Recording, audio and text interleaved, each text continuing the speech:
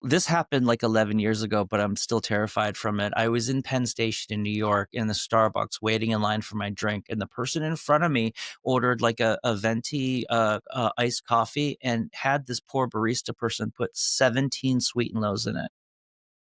17. I watched this poor woman count out. She kept on looking up like, really? You sure? You sure? And the guy's like, yeah, 17. And it was like this much white powder. And that stuff is like super high intense. And I've always thought like, I'd rather have a little bit of real sugar than a lot of bit of like I don't understand Diet Coke people. Like Diet Coke tastes like metal nails to me.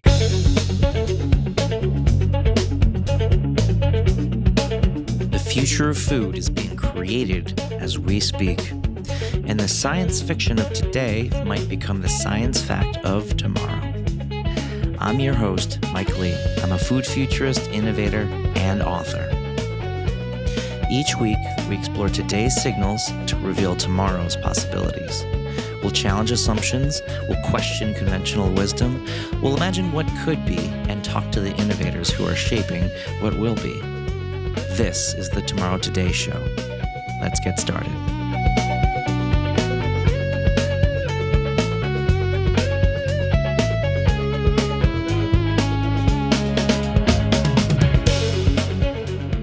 Welcome to the Season 1 finale episode of the Tomorrow Today Show. Today I've assembled the dream team, the guest co-hosts from this season. These are all the builders, innovators, and visionaries who are literally shaping the future of food. They each tackled specific big topics in their specialty when they co-hosted, but their brilliance really cuts across the entire food landscape. And what's even better is that these aren't just brilliant minds, they're wonderful friends, and I feel ridiculously lucky to have them in my orbit. So for this finale, I wanted to create the ultimate food future brain jam with this group of amazing humans. I've got a special format cooked up that you'll discover in just a minute as we dive in. Let's just say AI played a little bit of a role in setting our agenda. Season 2 is coming out later this year, but first, let's see what happens when the smartest people I know tackle the biggest questions about tomorrow's food.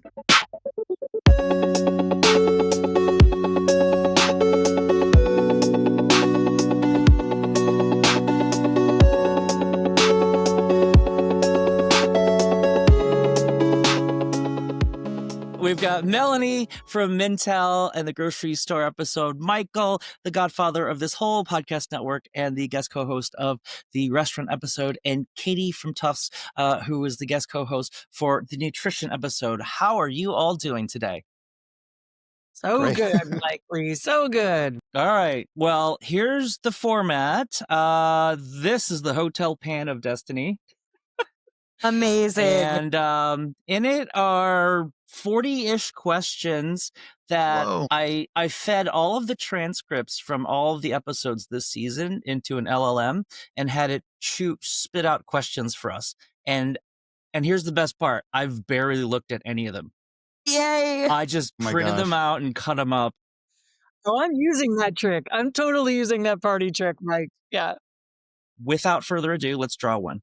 All right. Okay, here's the question. Flavor impact. What is one surprising way you may think climate change will directly impact the flavors or textures of the food we eat? Anybody? Who wants to jump in? Climate the first change. thing that came to mind was things flavored like dirt, like like eat your soil. Like sift through the soil for your nutrients.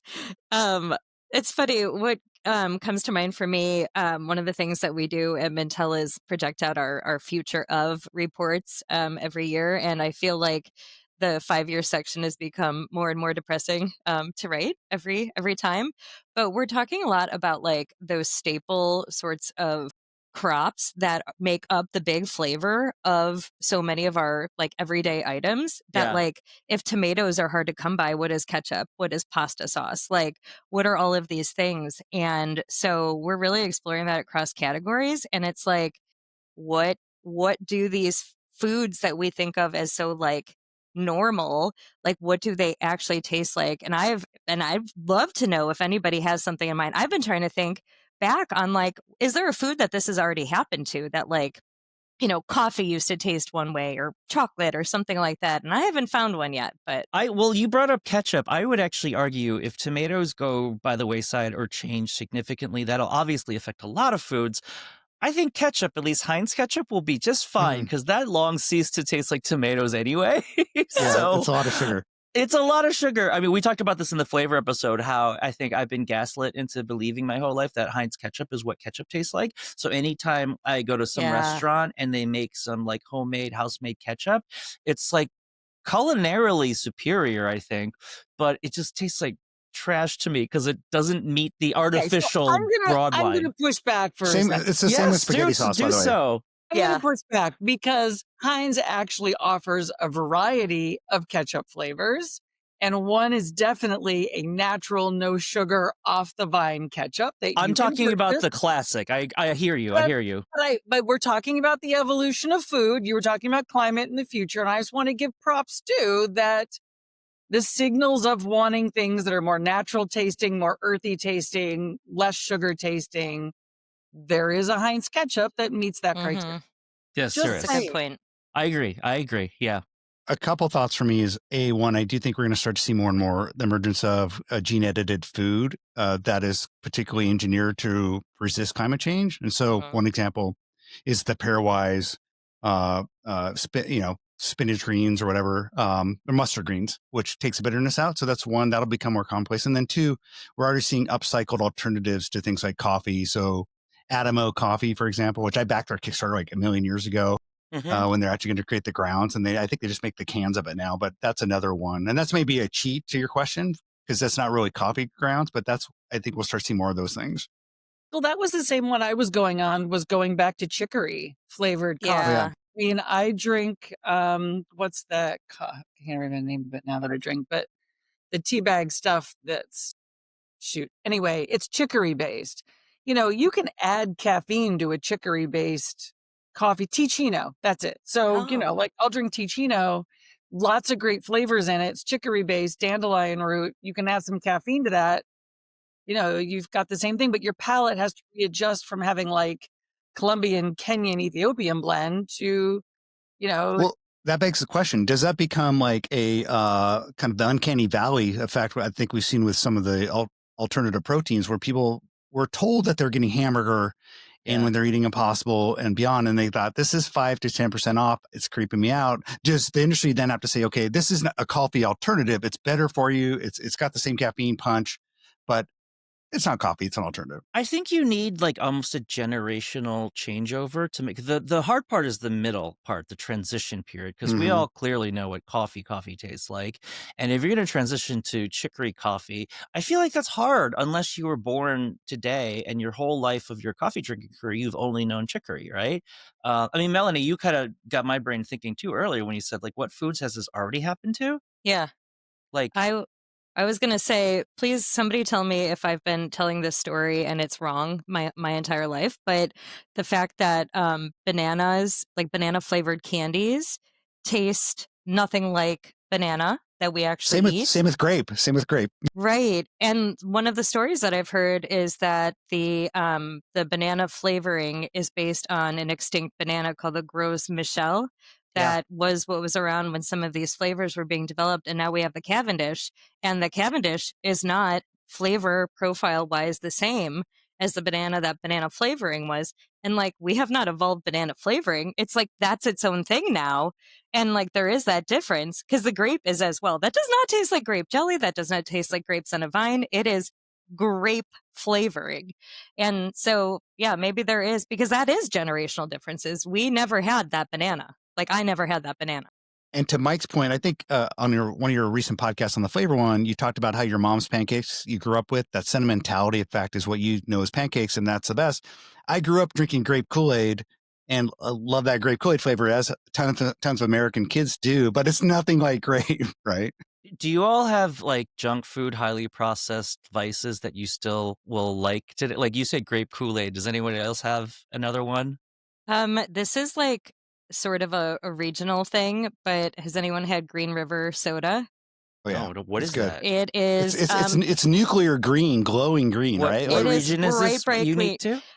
Chicago. Okay. So it comes out around St. Patrick's Day.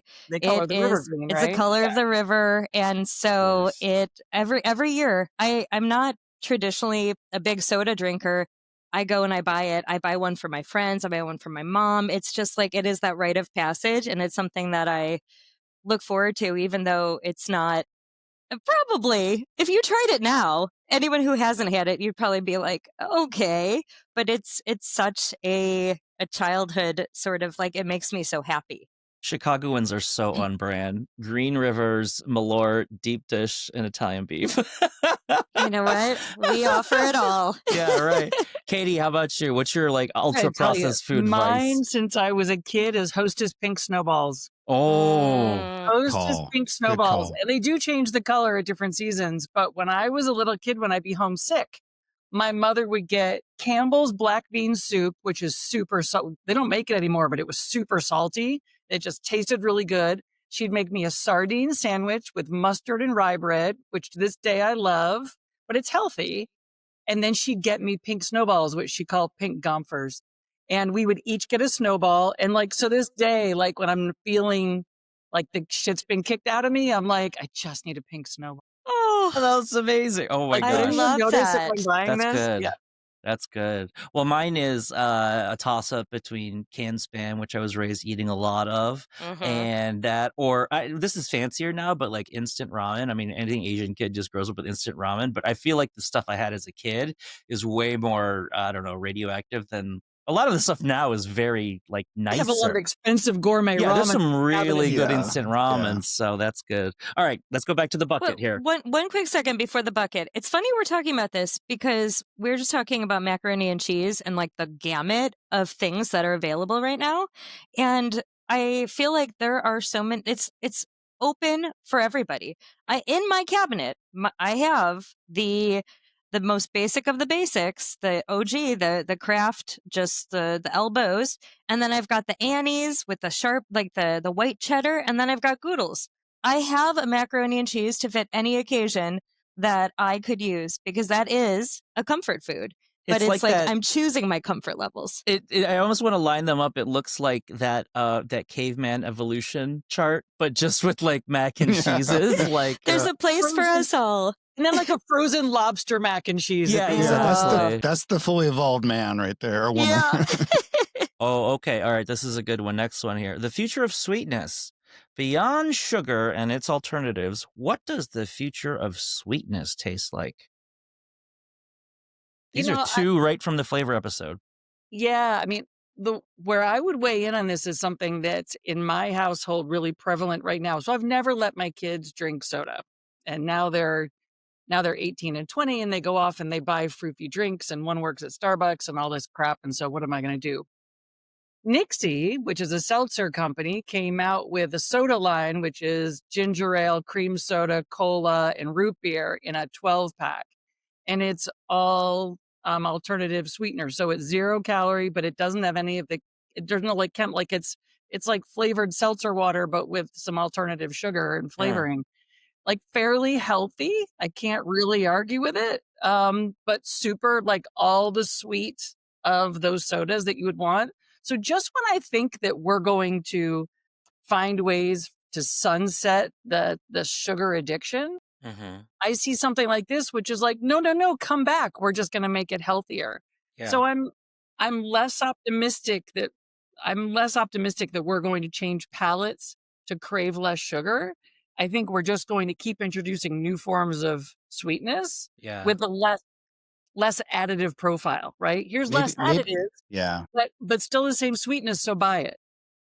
Maybe the intensity dials down a notch. When I talk to my friends from Japan, I give them chocolate sometimes when I go over there, and they're like, American candy is so sweet. And I think we're just seeing more and more, which I appreciate, new types of candies and things coming from Asia, coming from Europe, and maybe over time, as generational shifts happen, the intensity of the sweetness goes down a bit.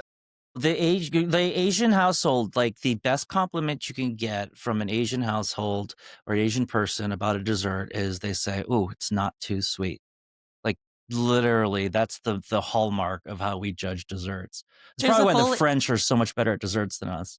I was gonna say there's a whole Eater article from a couple years ago with that, not too sweet. We had a trend when we were doing some food service trends a couple of years ago, looking at that sort of the rise of like olive oil cakes or like something that adds like a bit of savoriness of balance. I think it's interesting because while we are seeing sort of like the healthification of some of these sweet things, I also think that there's a place for balance of like a little bit of the real thing and like that's your thing, and trying to balance it out with some of the other the better choices. I mean, without judgment, without actual judgment, because like we talk a lot about how the mental health that you get from some of these like sweet treats and whatever, it's like really getting people through. And think it's interesting to look at sort of the rise of dirty sodas coming out of like Utah,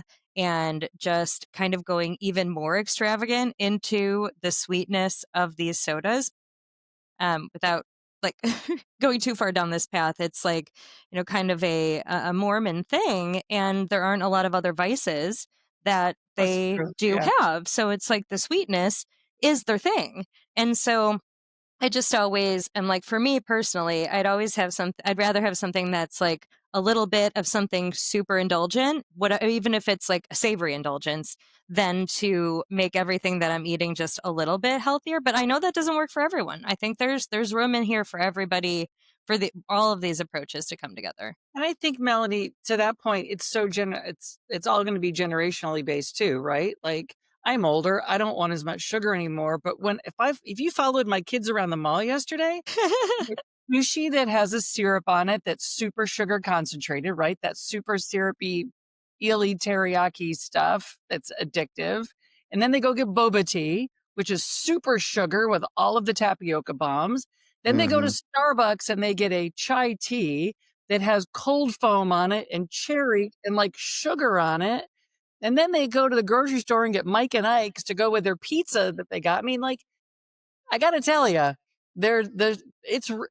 I haven't seen it slow down. In fact, I'm watching Starbucks, Dunks, all these places they go, Canes all offer more sugar, more intensity, not less.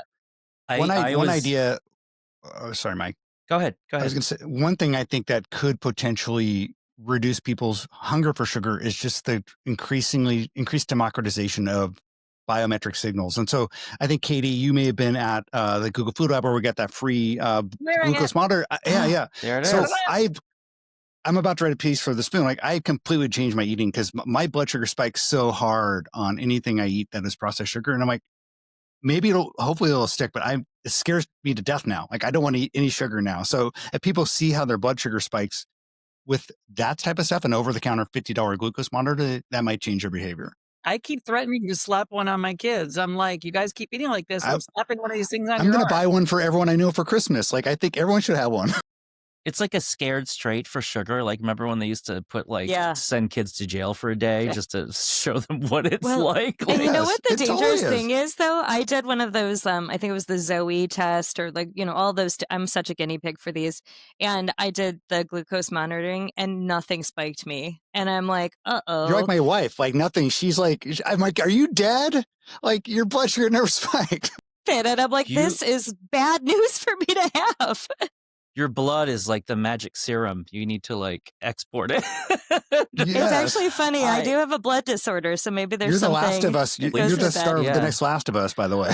I was saying earlier, this happened like 11 years ago, but I'm still terrified from it. I was in Penn Station in New York in the Starbucks waiting in line for my drink, and the person in front of me ordered like a venti iced coffee and had this poor barista person put 17 sweet and lows in it. 17. I watched this poor woman count out. She kept on looking up like, really? You sure? You sure? And the guy's like, yeah, 17. And it was like this much white powder. And that stuff is like super high intense. And I've always thought like, I'd rather have a little bit of real sugar than a lot of bit of like I don't understand Diet Coke people. Like, Diet Coke tastes like metal nails to me, That's how I feel too. Yeah. I'd rather have the little sugar. Did you? Yeah. Were you a Diet Coke person? God, yeah. In I college, think Snack Shot's called a fridge cigarettes. Diet Coke. Oh my gosh. then I got a kidney stone, and my doctor was like, "You got to stop drinking these. It could be a reason, one of the contributors to your Wow. stones." All right, here's the next one. Okay. All right, sustainable pleasure. Can we design a food system that is truly both sustainable and hedonistic? I feel like this question came from something because I always talk about this. So I don't know. What do you guys think about this? Sustainable pleasure. The thing that my brain went to right away, which is I think where it always where it always goes, because I do a lot of stuff with fruits and vegetables, and I'm always thinking about like growing produce and the oishi strawberry, like the intensity. Like I think about the tech, the balance of sustainability of potentially being able to control all of those as we can kind of maybe like harness more solar power, make these like kind of less bad for the environment. But the sort of really regulating what resources we're using, but then using it to like really make the end product so satisfying. Like those strawberries are what kind of pops to my mind first, but that's definitely not a viable way to grow everything that we have. So the system component of it becomes a little bit more difficult. Along those lines, Melody, what you're saying, I'm drinking my Hoplark, and this is like, beer seltzer. So it's another use for hops, and it's sustainable and it's healthy and it tastes like beer, and it's part of the non-alcoholic, movement. It allows me to kind of day drink and not day drink. And now that I drink beer flavored seltzer, I don't drink alcohol anymore, like at all. Mm. So for me, it's like it's good for the environment, it's good for my body, and I'm like totally loving these products of like these craft brew companies that are finding other uses for their hops. So it's I like a don't know. waste stream hop water kind of thing. Are they all Yeah, waste stream hop waters, or do some of them use like fresh hops for them? I don't know. It Oh, says interesting. I do like hop water. I've had them a couple times. They're pretty good, actually. I love that. My favorite place in the grocery store is that aisle with all the new exciting drinks. I could stare at it like forever. I think the tension is, it's kind of feels like a 1% to 5% thing where it's like, I don't know if it's truly affordable for people who probably need the healthy food the most. And so how do we get these better for you alternatives in the hands of folks at the prices where they can afford them, right? And I think that's always going to be that tension. but I Mike, always I'm sorry, Mike, go ahead. Yeah, well, I always wonder, like, how much of that price jump is because those things are not the default mass-produced thing. Like, if you could take corn, soybeans, and wheat and swap it with waste stream hops and all the Oishi's strawberries, like, maybe you don't get completely to where a regular thing of strawberries costs, but like a lot, economies of scale. When your Oishi makes how many strawberries a year compared to like Driscoll's, right? It's a drop in the bucket. So I'm always curious, like how much of that price gap is just because it's not the default thing and they're not getting subsidies, right? Like, could you make it Well, at scale? exactly, Mike. I mean, if you're going to drink a Diet Coke, which is like could cost you 50 cents to a quarter every time you drink it if you're buying it in bulk, this thing's going to be $2.50, right? So if I'm spending $2.50 on this can, I'm only having one a day, right? Yeah. That changes my, by the way, a beer habit, which I'm not paying for, which a lot of people, Michael, of all income levels have alcohol habits. And you're also not buying like a 12 pack of Diet Coke.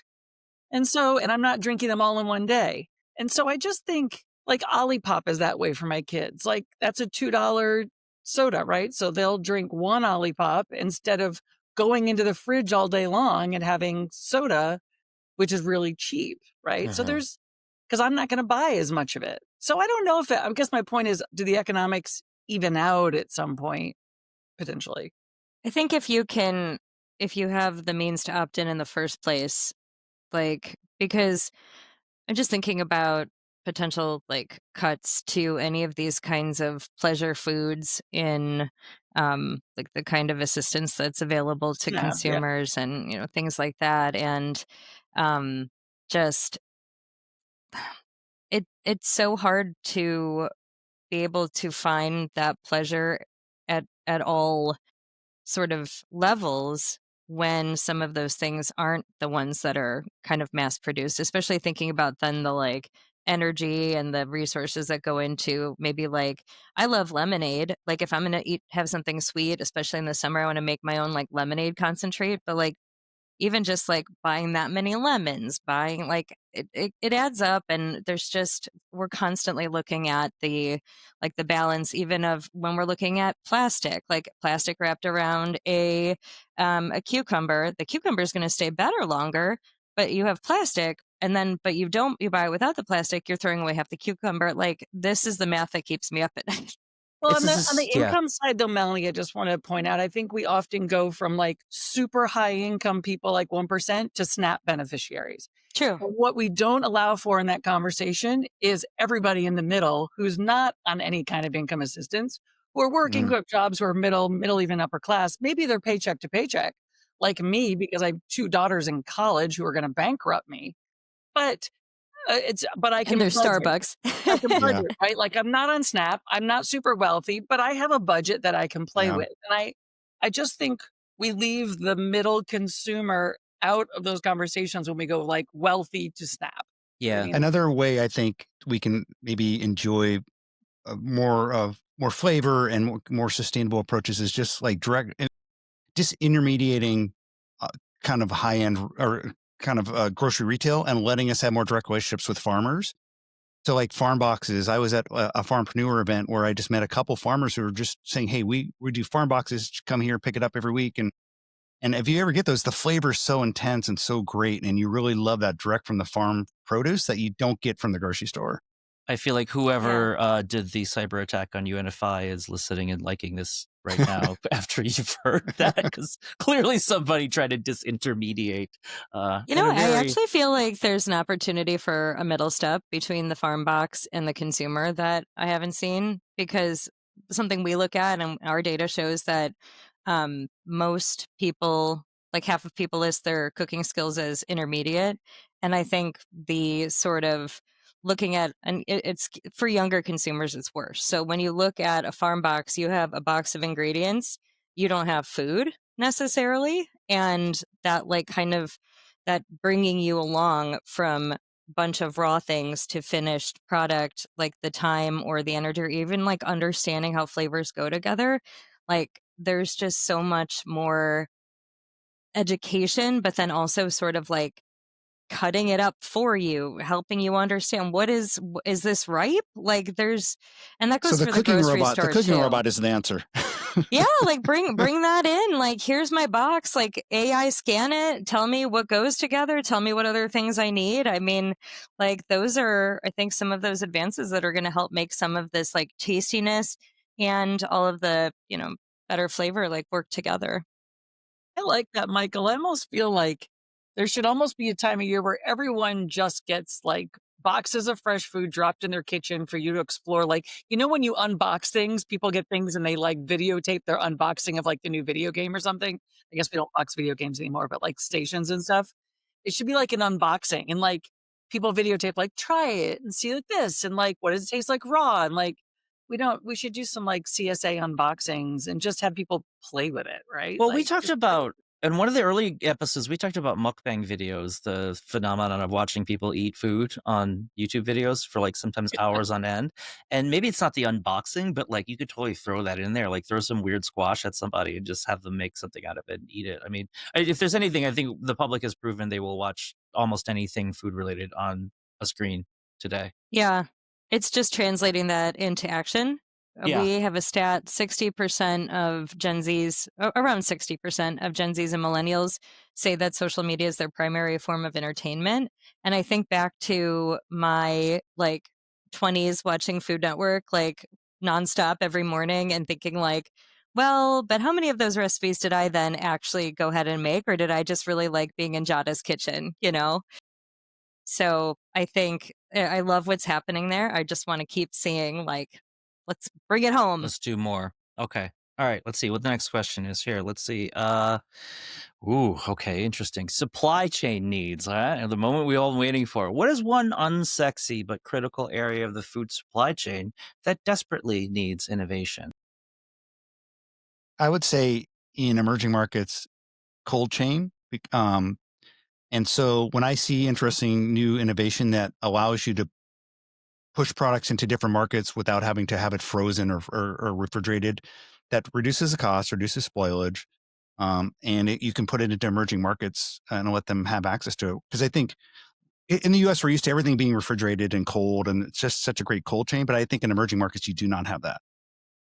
I was going to take a slightly different, I was going to say cold chain too, Michael, but a slightly different take on it, which is cold chain storage around the globe is such a great way to flash freeze nutrients and prevent against nutrition decay, which is such a great solution. But cold chain storage itself is so unbelievably intense from a climate standpoint, from the energy needs. I would say like the unsexy part is two parts. One is labor on the cold chain side is unbelievably hard. I mean, people who work in cold chain freezers, that's a really hard job. And a place where robotics, in my opinion, could come in and do a lot more, because people, like the accident rate and people dying, like your brain kind of goes numb working in these places with these suits, and it's dangerous. So anyway, there's the dull, dirty, and dangerous of the food world, which is cold chain storage. And then there's the energy suck, which is how do we partner with the alternative energy people? Maybe we need, mini power plants on nuclear to like data centers and cold chain. Like we kind of need to like co-power both in a really profound way, no matter what country you're in, whether it's developing or not. I was just in Africa, to your point, they have rolling brownouts, and some countries on the African continent have electricity like 4 hours a day. So you're going to have a hard time maintaining a cold storage chain. But there's other countries where we have it, but it's so energy intense and the jobs are so hard. I just think there's room for innovation there, and it's not happening fast enough.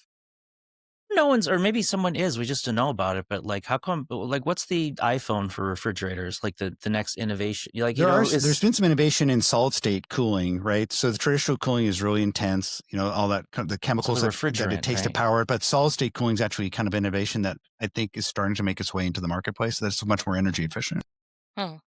What is solid state cooling? How does it do that? What is it?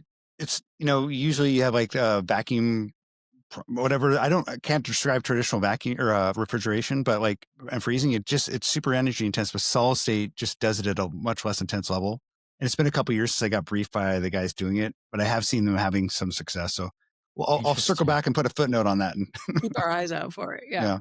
Well, I remember like in the 80s and 90s, my parents had a garage fridge, which was from like the 70s.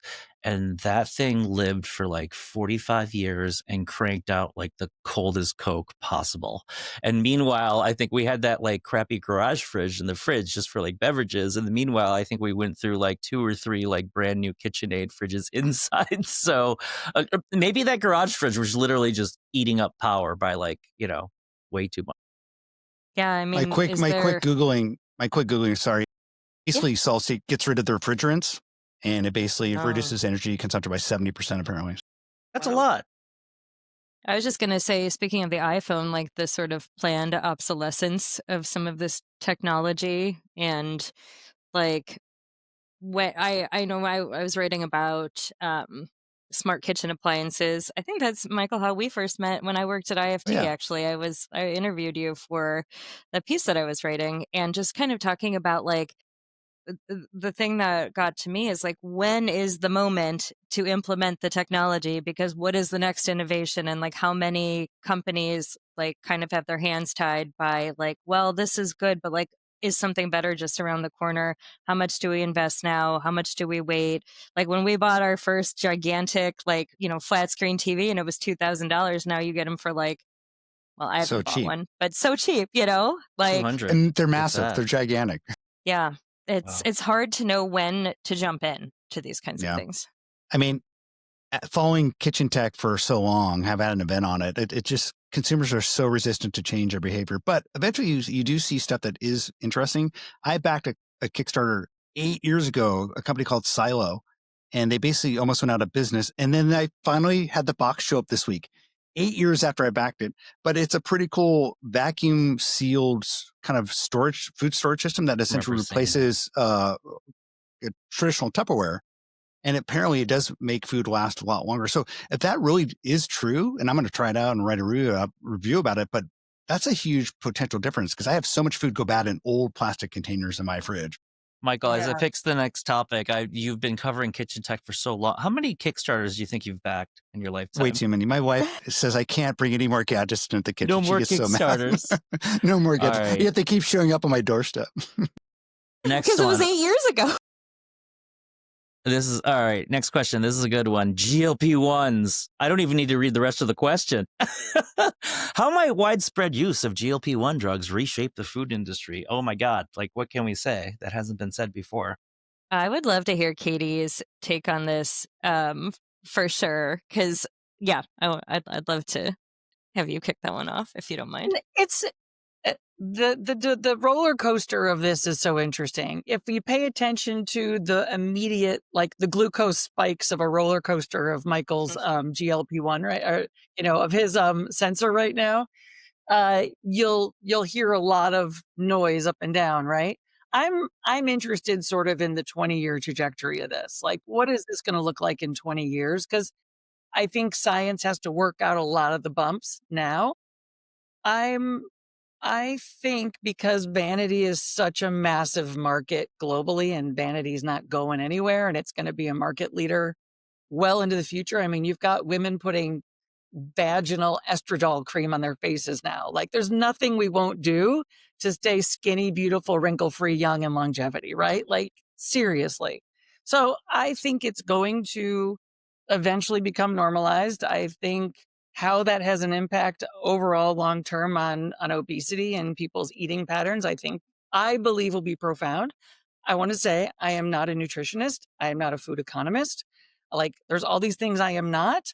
I am in economic development. So I look at food manufacturing, the food economy, the related jobs, and how people are interacting with the food economy. And I just think there's a real, I believe there is a future where this becomes pretty normalized and it does reshape the product offerings of food companies in profound ways. Especially as they're going oral, and then especially whenever the patents run out and you start getting generics, like you could totally see this just at like the checkout counter at your CVS. And because it's a peptide, I mean, you can compound it now for nothing.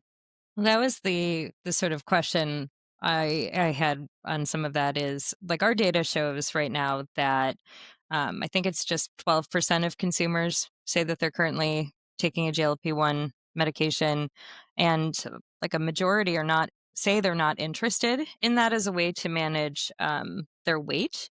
But I'm curious, that part of it specifically, the like it moving from an injectable into something that's feels like a supplement, something that is cheaper, something that is more available. Like, does that then kick off like wave 2? And that's when we'll see more changes. Because I feel like what we're seeing is manufacturers like trying to prepare now, but it feels too new. It reminds me of the meat alternative ramp up. And it was like, oh, this thing is emerging. We're all going to get prepared. And then it's like kind of It's still emerging. I mean, that space is still, Yeah. we always say, right. like, in Boston, point. we love our Good Red Sox, point. we love baseball. So this isn't even, we're not even in the first inning yet of this stuff. This is batting practice.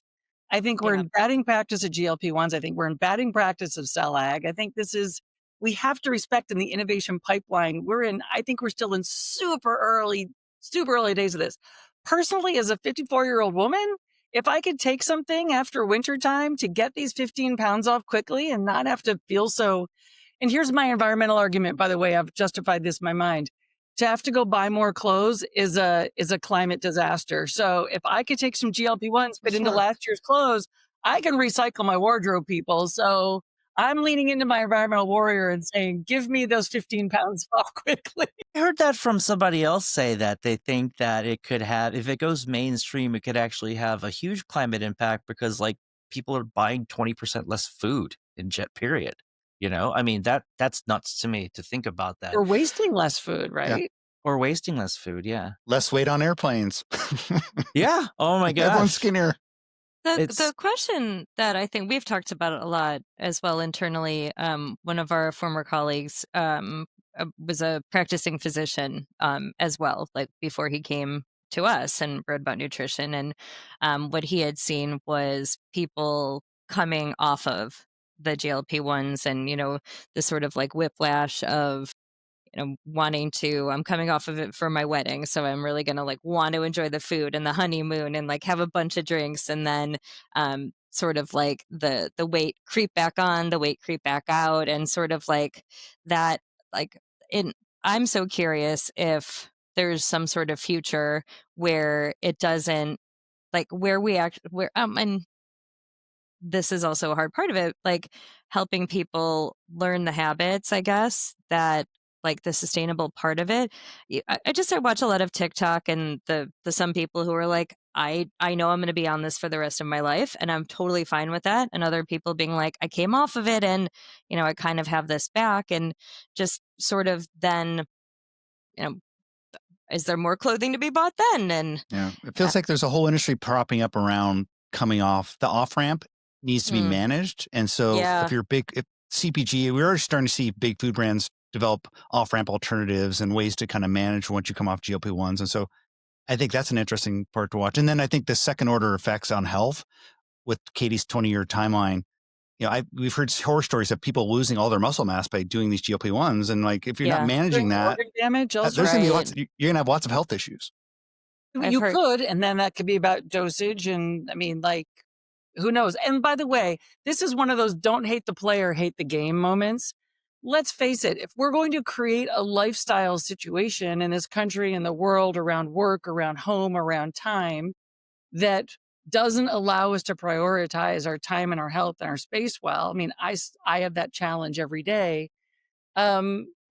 Society has to recalibrate. We have got to recalibrate how the kinds of demands we put on our time and on ourselves, and the pressure to not prioritize yourself. The world of work, still the message is don't prioritize you, prioritize your job.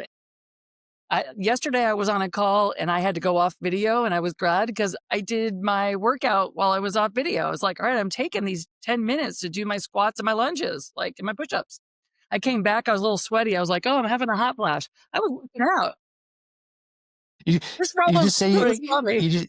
just pull a George Costanza. You said you were eating some spicy chicken or something. Perfect cover. All right, we've got to fix that. I mean, nothing's going to really change until we fix our. All right. Yeah, the U.S. especially. Shit's about to get deep. Okay, ethical dilemmas. What's one ethical dilemma in the current food system that you believe will become a major public debate in the coming years?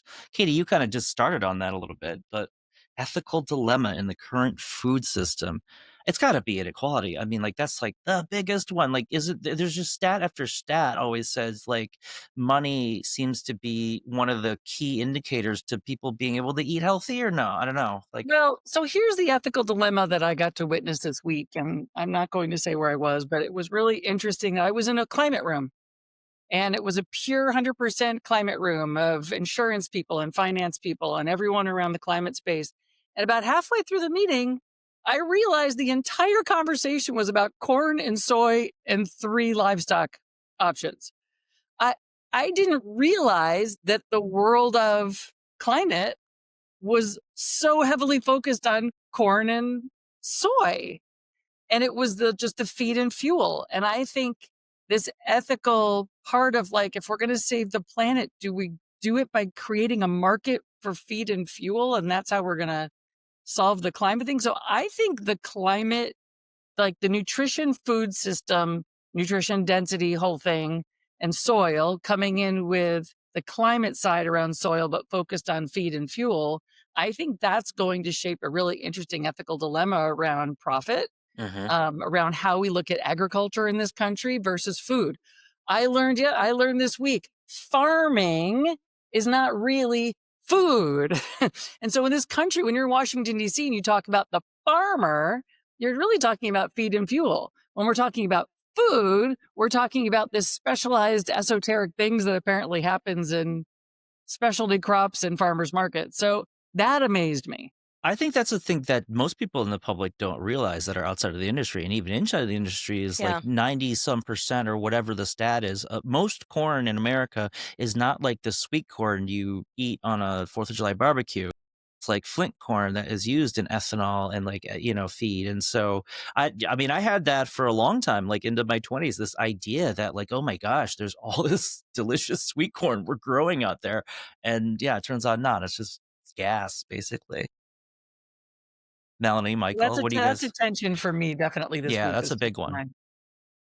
Yeah, I think for me the sort of ethical dilemma that because these to me aren't new, like the problem with these is that they're so long. I remember reading a joke book as a kid that like my parents had, and a lot of it was over my head, and reading about this like joke about like the government will pay this farmer to not farm this corn, and I'm like, what are they even talking about? And it's like that was me at like 7 years old. So it's like this stuff we're continuing to talk about it, and we all know that there's so many things that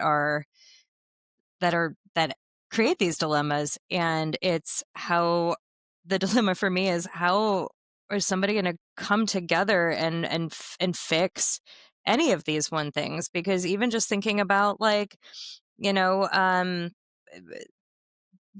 cutting back on less meat, or cutting back on meat, things like that. It's the kind of argument going back to sort of like the plant-based, meat alternatives and things like that. When we're like, okay, so we have this, but we have to grow all these things, and then we have to move them to these central places, process them, turn them into this thing.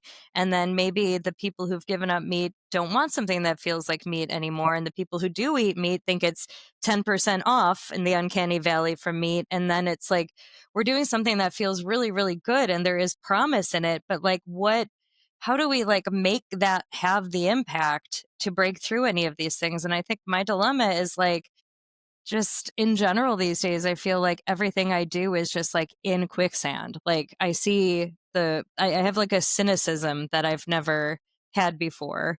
I was probably just sort of like an ostrich with my head in the sand on it, but just like it feels even more like we are identifying so many problems, but the the chances of something changing feel so far out there for me, and it's really hard.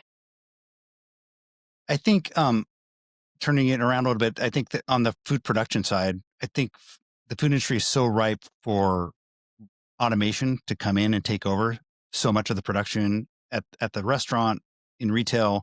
And then also we're seeing the embrace of artificial intelligence in creation of new food recipes, starting to see it in creation of new food inputs. And so does that become an ethical obligation to disclose that? So I think all that stuff is very murky.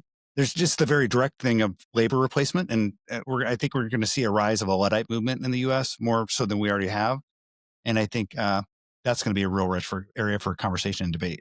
Michael, can I also double down on that a little bit, because that's my other big ethical thing right now is around labor and the food industry being such a complicated, like she's a tricky woman in this space. So I was recently on a stage where I said no food company should have an employee who's hungry. We have food companies, food purveyors, restaurant purveyors. We have people in food, one of the biggest industries in the world, and the people that work for them are food insecure. We should at least begin as a commitment that if you work in food, you should not be hungry, and we should be able to solve this problem as a beginning place to solve a bigger problem. And to your point, the dull, dirty, and dangerous jobs of food being replaced by automation. At the same time, while that's a slow thing happening, I'm just going to call it out. What's happening in our country, what's happening in my state, what's happening in the town next to me with deportations right now, people being deported who are literally working in our food system. And this is insanity. Oddly, Yep. The president has just come out like yesterday saying, oh, but wait a minute, we can't deport people in hospitality and farms. The economy. Yeah. What do you know? So are they going to deport people in Home Depot parking lots just in blue states and not red states? Like it's crazy. Right, exactly. Right. But roofers in Massachusetts can go. And so this is like the ethics around labor, I think, are going to be with us for the next 10 years. Automation, equity. I just think, and then the issue of like, why would you want a workforce in this country that's not healthy? Why aren't you making sure your employees are the best thing you can do for productivity? If you want to be a total capitalist and say the best thing we can do for this country is to maximize productivity, where do we begin? If I was the richest man in the world and I had all the power, I would say, let's feed them everything they need to be healthy because they will produce. A healthy worker is a productive worker. I'm going to sound very like top-down capitalist there, but I don't That's what cuts through.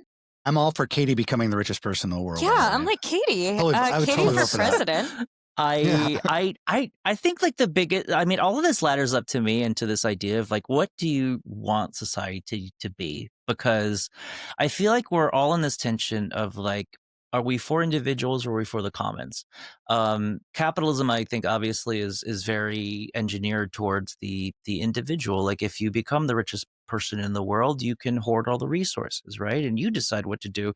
And that very much syncs up with like, the rules of the Serengeti of lions. Like if you're the biggest, baddest male lion, you kill all the other cubs and you mate with all the females and now it's your pride, and that's pretty metal, and nature is metal.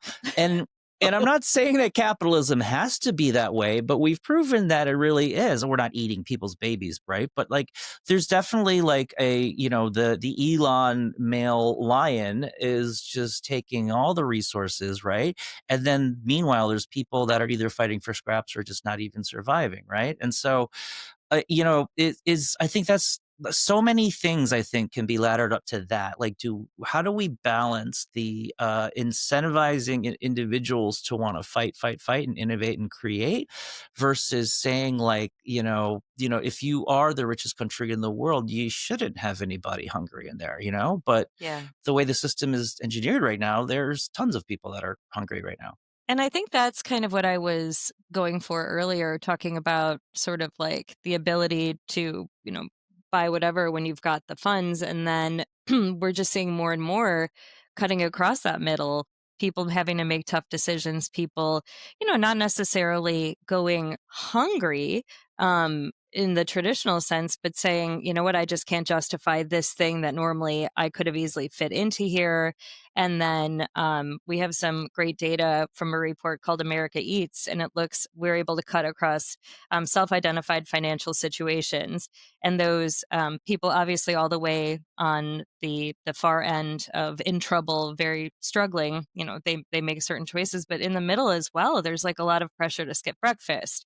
Maybe, really looking for that connection with your family at dinner because maybe that's the only meal you have together. And it's like it cuts into so many other parts of our like overall health, of like our mental health, of our sense of community, our loneliness, all of these other things that, food is big part of Melanie, that the other too. number I'd love to see that you're making me think of is if we looked at credit card debt in the United States, I'd love to know if there was what percentage of that is food.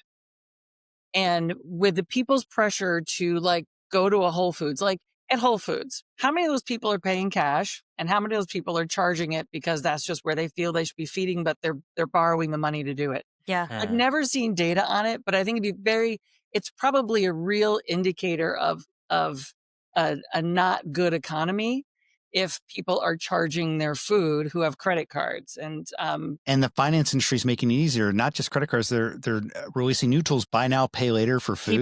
People do buy their food. Chipotle burrito. You can finance a burrito. Yeah. And I mean, we definitely are seeing that.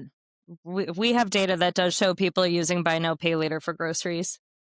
Really? Yeah. Who was it? I forget who that's like layaway for your food that you're eating and shitting out before you've even paid for it. No, DoorDash. DoorDash who was it? With Klarna or somebody? Klarna, maybe. Klarna, yeah. Klarna, whatever. But yeah, you can literally use it to illegal finance like DoorDash orders. It is very scary to me. All right, we're in our last few minutes here, so we're gonna do turbo rounds. So this is hot takes only, okay? Ready? Okay. We're going to try to chew through a bunch of them here. AI's impact. Oh boy, that's an easy one. Where will AI have the most profound impact on our food system in the next decade? Don't think too hard. Hot takes. Because I got the next one. I think restaurants. I think like interfaces, ordering, if them following you and kind of understanding your behavior. I think that, and restaurants are embracing it. Taco Bell, McDonald's are all embracing it. So anything screen-based? I'd say superfoods, bioactives, and food like in the real food is medicine, like medicine is food space. Like looking for them, like hunting for them? Yeah, finding them and then modulating and preventing disease with them and really like getting to, discovering new sort of like nature drugs. I think At the industry level or at the consumer level, being able to find out I think things at that the are out industry there. level, and then hey, consumers might also be finding out that there's something in a berry, like the Shirus of the world that are using AI to look through all these bioactives and process it way faster than you could in a lab. Yeah, I think that stuff is cool. That's awesome. And for me, I'd say I'll just add in another voice on the consumer end of like sort of this democratizing of information, of cutting through all the noise, making sure it's not hallucinating, but trying to start somewhere on your own journey. Love it. Okay, next one. Flavor empathy. Can we teach people to appreciate and understand flavors outside of their own culture? I say absolutely yes. Isn't America a demonstration? Because it's happened. It's happening. It's happened. Like, what are our two most popular takeout foods are like pizza and Chinese, right? Which don't originate from here. And I would offer the growth of matcha tea. Look, like matcha is growing. That's a really strange flavor. I love it. My 18-year-old loves it. I'm amazed at how matcha is booming, and it kind of tastes like dirt. But I mean, I like it. I'm appreciating it, but it tastes a little bit like Katie, I'm going to send you a TikTok from an amazing creator who has filmed herself over and over again going, maybe this time it won't taste like dirt. Let's try it one more time.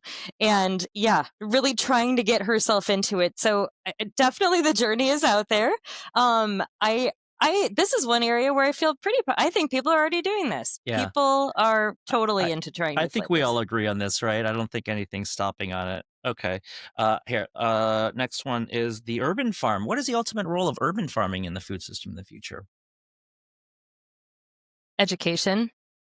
Well, how so? I think if we can, one of the things that I think consumers suffer from is if they can't understand how it affects their lives, they don't care. We see that with like the issues of slavery and cocoa, the supply chain, things like that.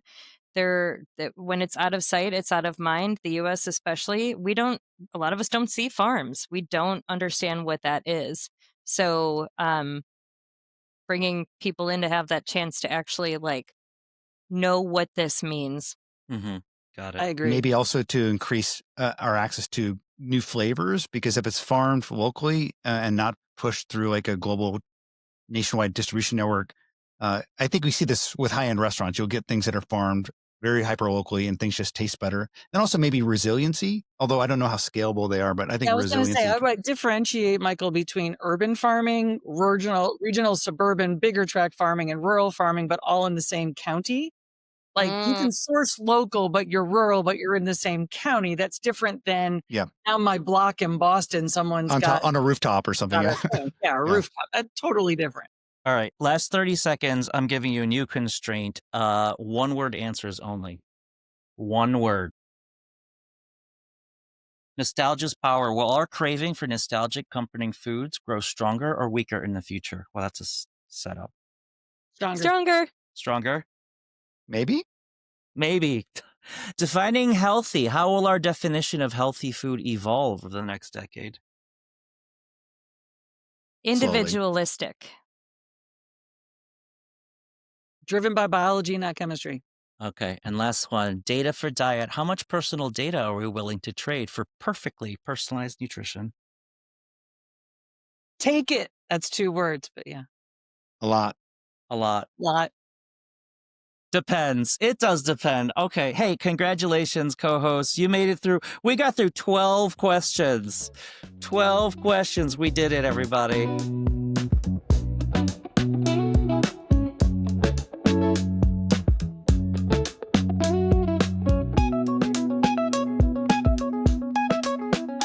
We are joined here by Benjamin Walmer and Charles Temkey, co-hosts of episode 2, The Future of Hedonism. And we are joined with Ethan Soloviev from How Good. He was the guest co-host on The Future of Regeneration. All right. First question. Truth, re-education. If you could re-educate the public on one fundamental truth about food, what would it be? The first thing that came to mind for me, which I think we touched on in the future of hedonism episode, was the book how fire made us human. I think Richard Wrangham, and that's the first thing that popped in my head is like the sort of how cooking and food is core to perhaps anthropologically core to our evolution and civilization. That's the first thing that popped into my head. But then I wanted to be fully transparent. I wanted to go to something more, something about, bringing people back to some sort of understanding of what agriculture is and how it works. So that's sort of the two things that came to mind. Just the disconnect of people to agriculture, what it means to be to farm, to be a farmer, is I think is a big chasm that we have. The food movement, the local food movement, et cetera, have been, and everything that all of us do has been filling in, because most of human history, everyone's farming to some extent or another, or completely, and then for suddenly that to switch through the industrial revolutions is leaves a big gap in our connection to the environment. So that's what That came to my is mind. kind of wild how you pointed out that we used to all be farmers, and then it inverted. We're almost everyone's not farmers, In the blink of an eye. historically speaking. Yeah. What, like 100 And years? no, and also but let's break that, because it wasn't even that. There might have been a little window where a lot of humanity was farmers, but most of human history, right, 1 million, 2 million years, we were gatherer, hunter, semi-nomadic, maybe cultivating, maybe tending a little bit. But farming's like a recent thing, and we did it for a while. And then it's even more recent that so many people have absolutely fucking zero connection to the production or gathering or hunting or harvesting of food. That's really new. Yeah, and not to really nerd out, but even like the recent archaeological finds like Göbekli Tepe and the other sites around Turkey, I think, where they are, seems to be showing that actually we were doing architecture and building things before we were farming, which flipped too. So the window, as you point out very rightly, Ethan, is even smaller in terms of the full stretch of human history. So yeah. I think it's funny. There's a sort of a parallel almost to, I was just talking about how, I made these questions up on ChatGPT, and it's almost like LLMs are kind of like farm combines where like I don't know, it's kind of fearful to think that maybe in 100 years, society will talk about farming the way, or we'll talk about like writing or something like that, the way we talked about farming just now. Like, Crazy. remember when we were all writers, and then now we just go to the LLM supermarket and just grab whatever's off the shelf. That's a little daunting, I think. It may be moving. Like, I think at its best, the way that Gen AI is going, it should speed us up. It should speed up our thinking and our going from like mind to action. Certainly the what are those folks, the transhumanists? Certainly they want chips in our heads and want us cyborgs and moving that quickly.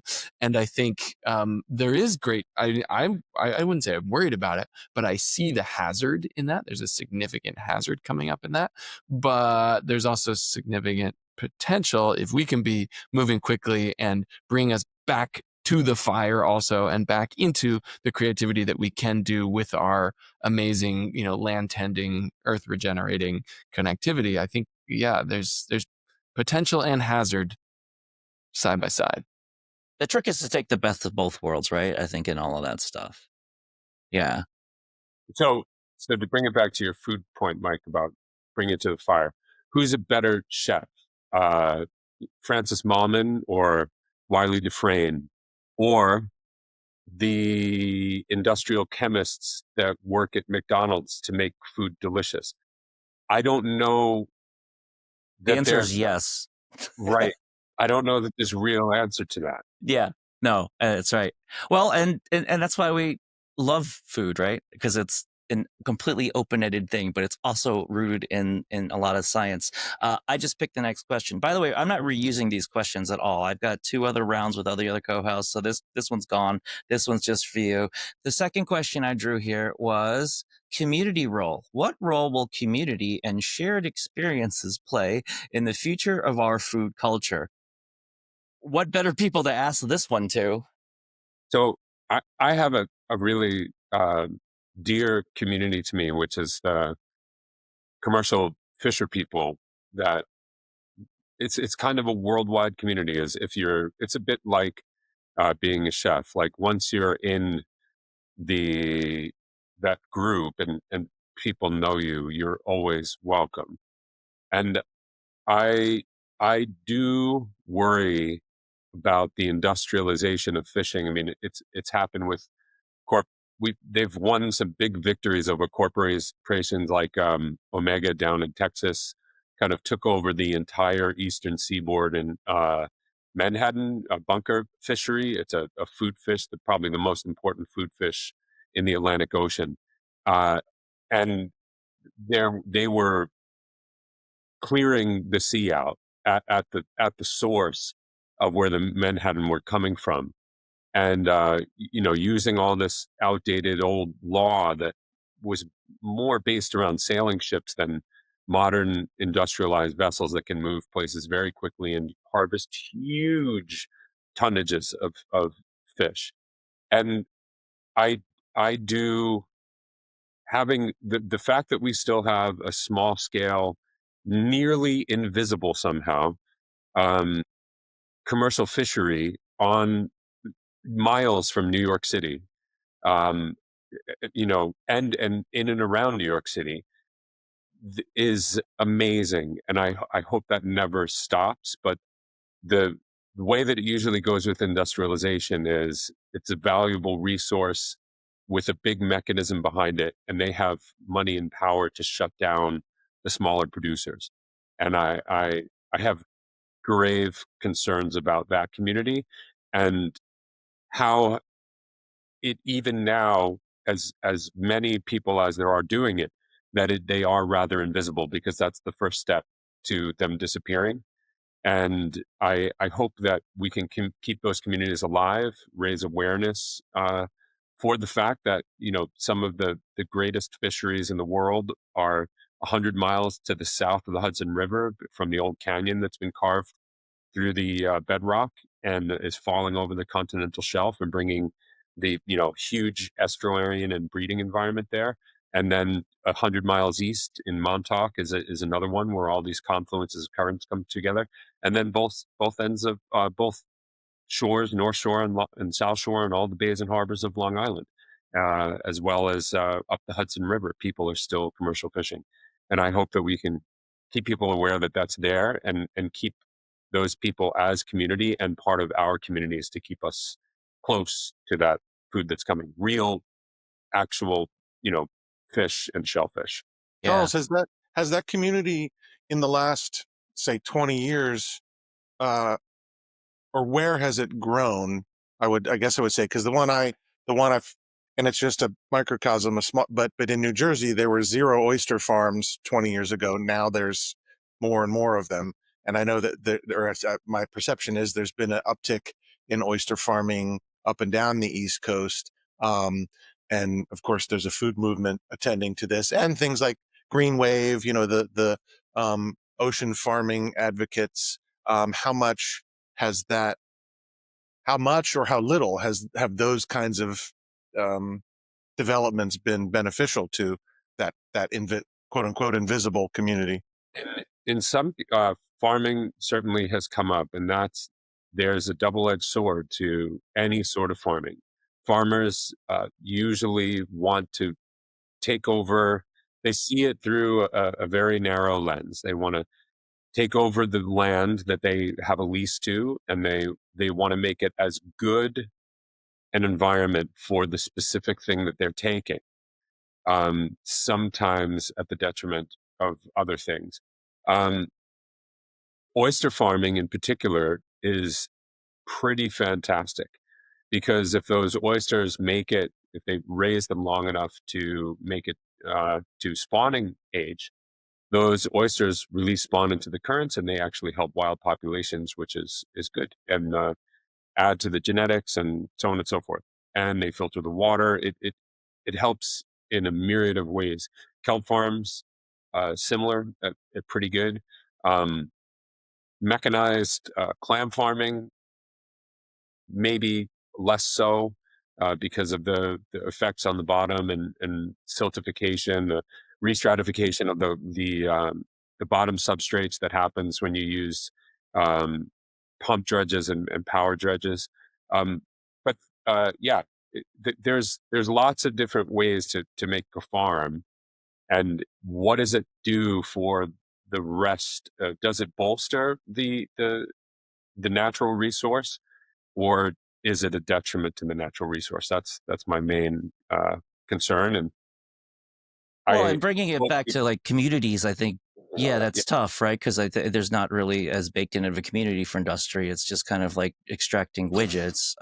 Ethan, you've Regen House is a community, right? I mean, how do you see the role of that kind of helping goals to spread the gospel around regenerative? No gospel. We don't do any preaching. Sorry. Oh my God. I think you said the same thing last time. I did say it last time. Jesus. Yes. That's cool. That's good. Our language. The idea. No, it's not even. No, now you're just keeping the same concept but swapping the words, which is what we all do most of the time. That's what regenerative is so much of the time, right? It's sustainable, or it's whatever you were saying before, but it's hot right now, so you use the same word. So it's harder to actually I was up at a monastery the other day, which I haven't been in a long time, just visiting a friend, and they have a bell that rings like all the time, like every couple minutes the bell rings, and you pause, you take a breath and recenter yourself. And so I try to use words just like that. Like gospel is now your bell, Mike. Like every time you say it, you go, oh shit, I'm still percentalizing. I'm still thinking like a missionary, even though you're not. But we get like that sometimes. Community, I would say I was thinking on a couple different layers. Like food is a communal act. Like most people still now, they come together to eat, either, family in the morning, or they're or out with friends, or even in the workplace. Like people come out of their offices and sit together sometimes and eat lunch. So there's this very communal based nature to food. It's how we hear about it. We look at what each other are eating. We say, wow, that looks, how did you make that? Or where did you get that? We come together at, hospitality, at restaurants. We commune, and used to be always around the fire. I mean, you guys probably said this in your pocket, but like, that's why there's a candle at the table, right? When you go out to a restaurant, it is that memory of we used to come around this to eat. And so like, I think there's that level of community, which is important and will continue to be important for basic human relating. I'm reading a book right now called Relationality that points out the loneliness crisis and kind of paints it as one of the causes of a lot of the disconnection we're seeing. Food can be a huge part of the remedy or the antidote to that. That's one layer. Then there's a layer that's more and more important, which is like the global community of information sharing, this sort of influencer led, but everybody, I don't know, I was at a conference last week, the Menus of Change conference put on at the Culinary Institute of America. Really cool event.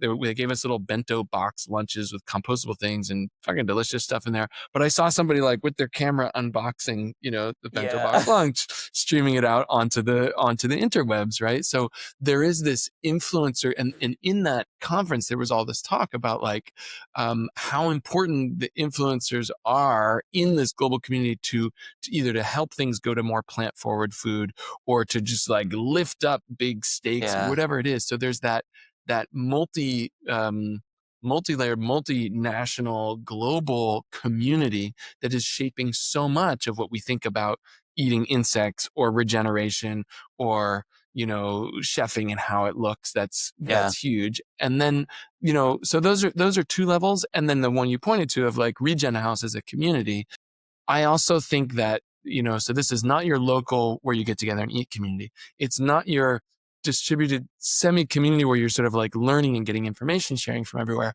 But the most important kinds are deeply committed, like long-term, membership or relational communities where you're coming together over and over and over again to work on some specific thing. You don't have to be collaborating on the same project, but there's a rhythm of coming together where we help each other pay attention to language. Right? Or we help each other learn to cook with, a new, plant protein or fat or something like that. Something where we are coming together in a rhythm to make a change. That's the most potent form of community, I think, and it's going to be necessary if we're going to move the world.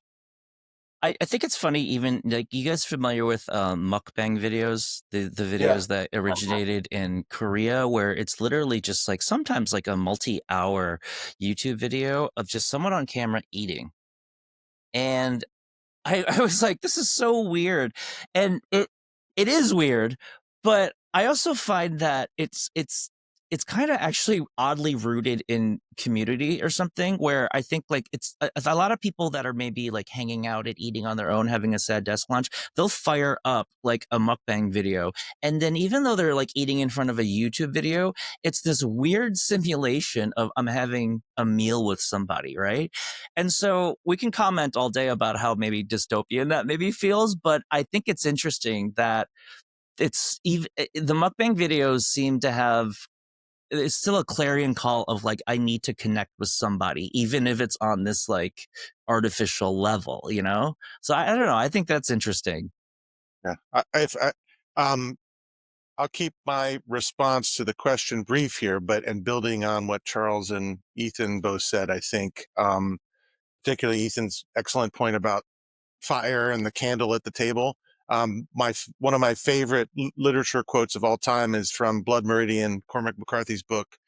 For each fire is all fires, the first fire and the last ever to be. And so all these examples you've given, even mukbang, to me, are part of a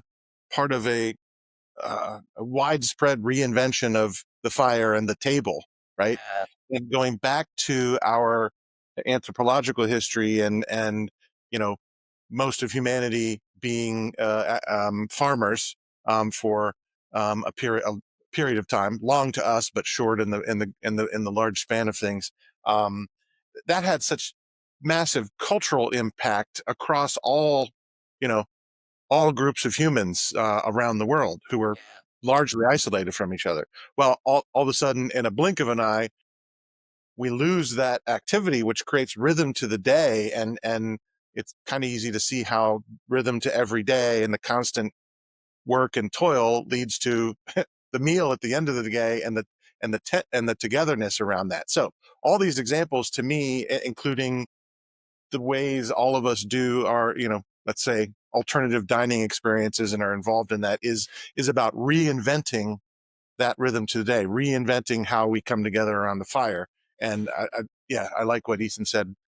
Ethan, you said about all the ways groups are coming together to be intentional about what their collective thing is, and that's is a simulacrum of the dinner table, of the family dinner, in my mind. I think it's kind of funny. Like, you just made me think that all the group chats that I have stored in my phone are all they're like miniature campfires in a sense, right? Dig it. And so I don't know, that's kind of interesting to see how like even with all the technology and all the capability we have, we still kind of crave the same damn thing. Like, I want to share with you this thing of whatever I ate, so it connects us, right? So all right, third question here, let's see.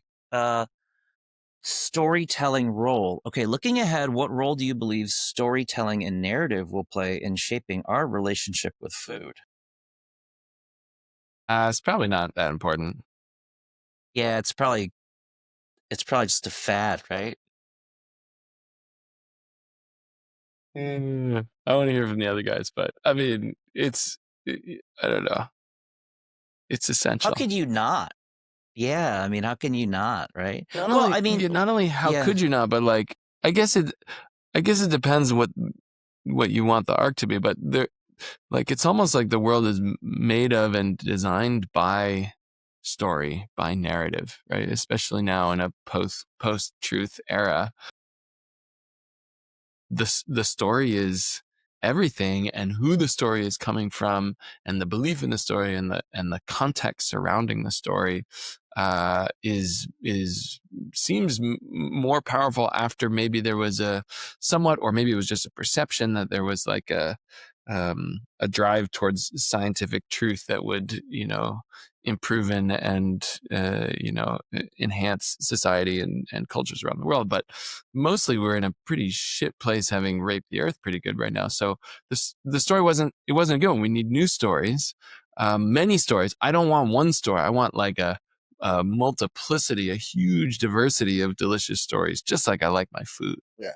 Yes. I think the sort of the dilution and the sort of the way so many stories have become sort of lame is a reflection of what you just said, which is to say it's an opportunity cost of industrialization.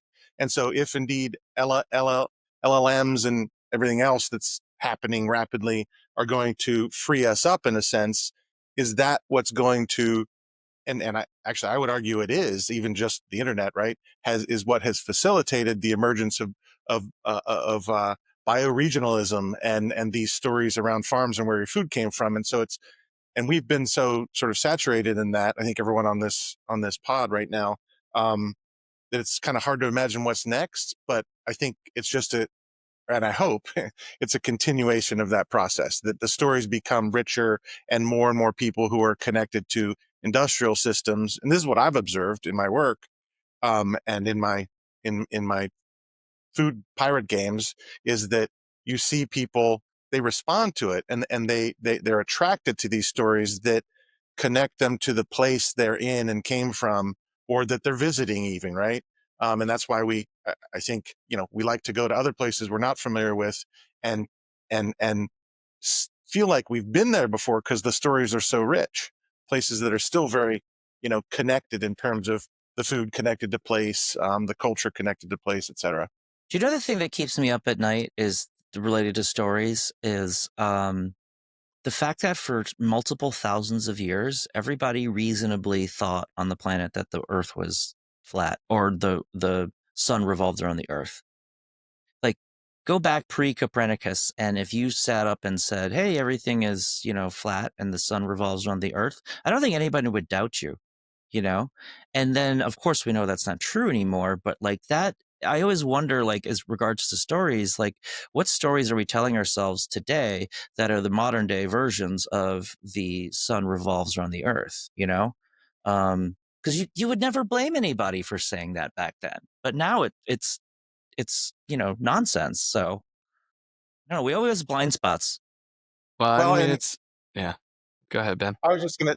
That's a very interesting idea, and to think about it in terms of post Enlightenment, and the idea of those stories were so completely attached to matters of faith, Yeah, and which produced a lot of bad things too in terms of superstition and the violence that can come from that. To now, we're not completely, but much more so in a place of um of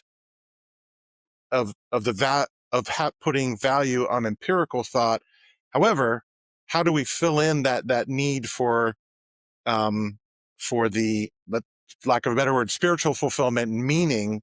And I think that's what we're getting at here, this point about stories. And it doesn't have to be about, it can be about whatever, but there's meaning in being connected to your place. but I think that has come into food. I think that's like, in the people that think, vitamin A is going to cure measles, like that's kind of a faith, not religious faith Sure. based, but there's faith that, they have faith in that. Right. And it's still there, but it's widely, it's very different than it was when the prioritization of the empirical over the metaphysical. I don't know. Yeah.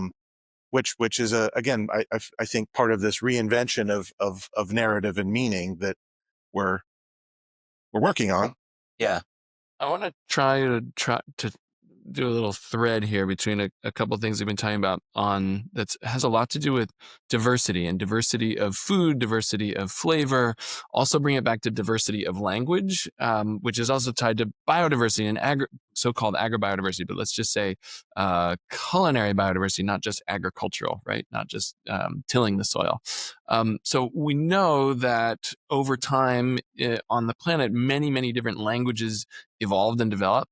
So did many different food flavors and types and sort of cuisines. Each bioregion might have had its own language or series of language and its own cuisines or types of cuisines.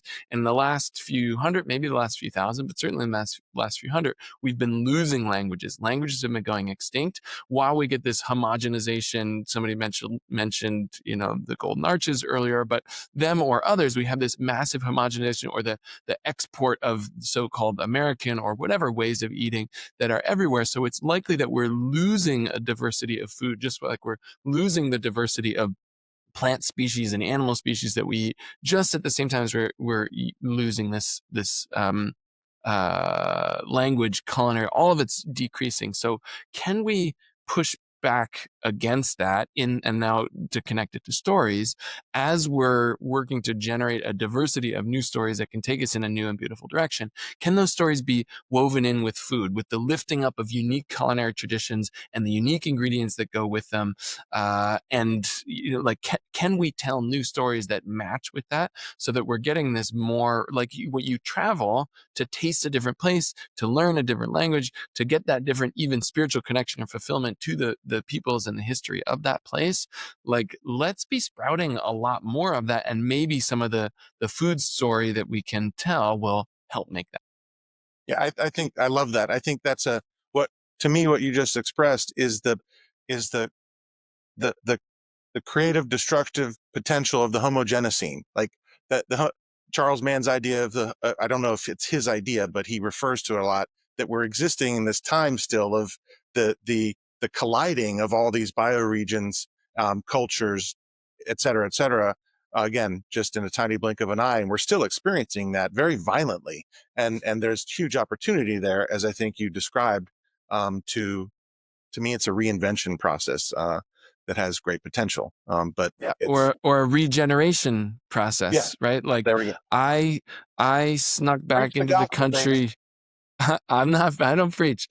I do grow food though and eat food, and I brought seeds when I went to my ancestral homelands, one of them at least in Romania, and I found this old Romanian seed, and I brought only just a few little seeds back in, and I actually just found the necklace. That's what I'm thinking of it. I made a necklace and I sewed seeds into a little amulet pouch, but you couldn't open it. That's how I snuck them into the country, and then planted those seeds, and I have now a diversity of corn. There was corn seed in particular. A lot of the ears look different.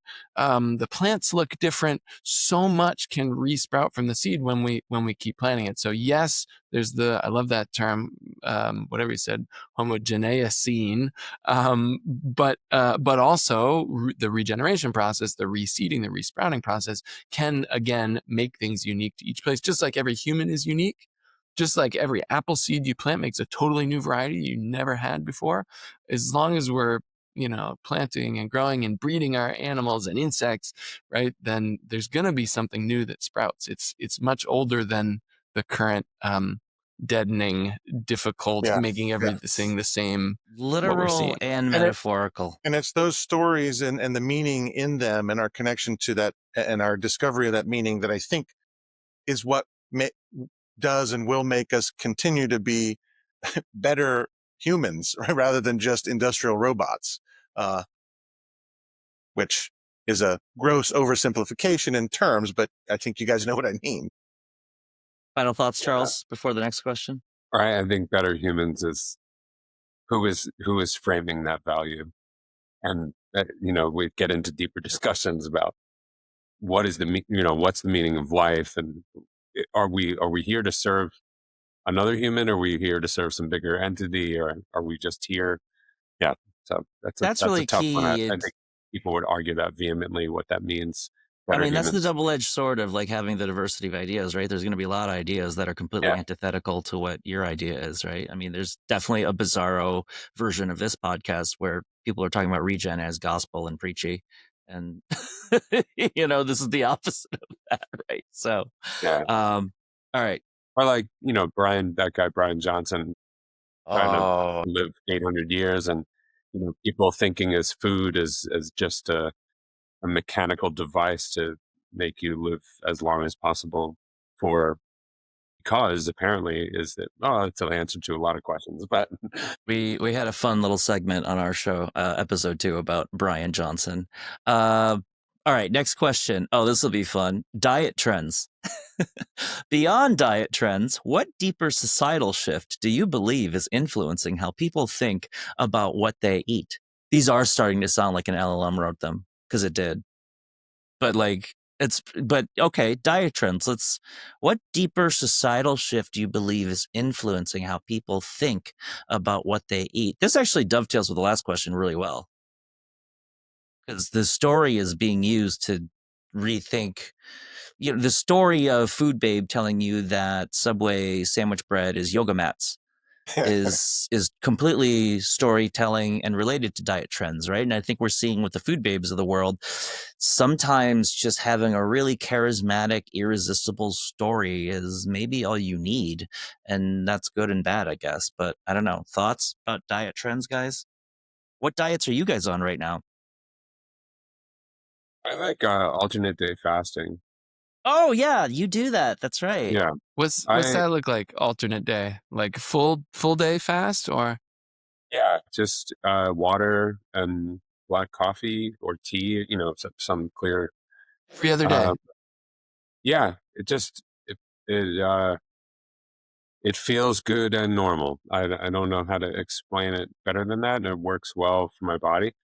I tried fasting when I was a teenager, just because of my fascination with the people that did it in scripture, and that it seemed like at church we were doing some weird version of it, like you'd give up one thing, and then just realizing it was a kind of a powerful tool in relation to how I felt, or my kind of consistent energy and stuff.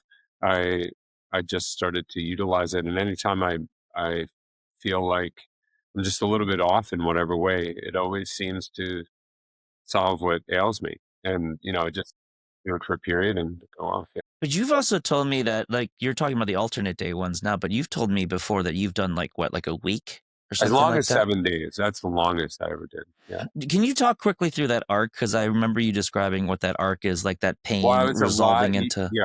I was a lot younger when I did it. So obviously, like, hormones and metabolism, everything were quite different. But in that time, I think the last time I did it, I was probably 34, 35.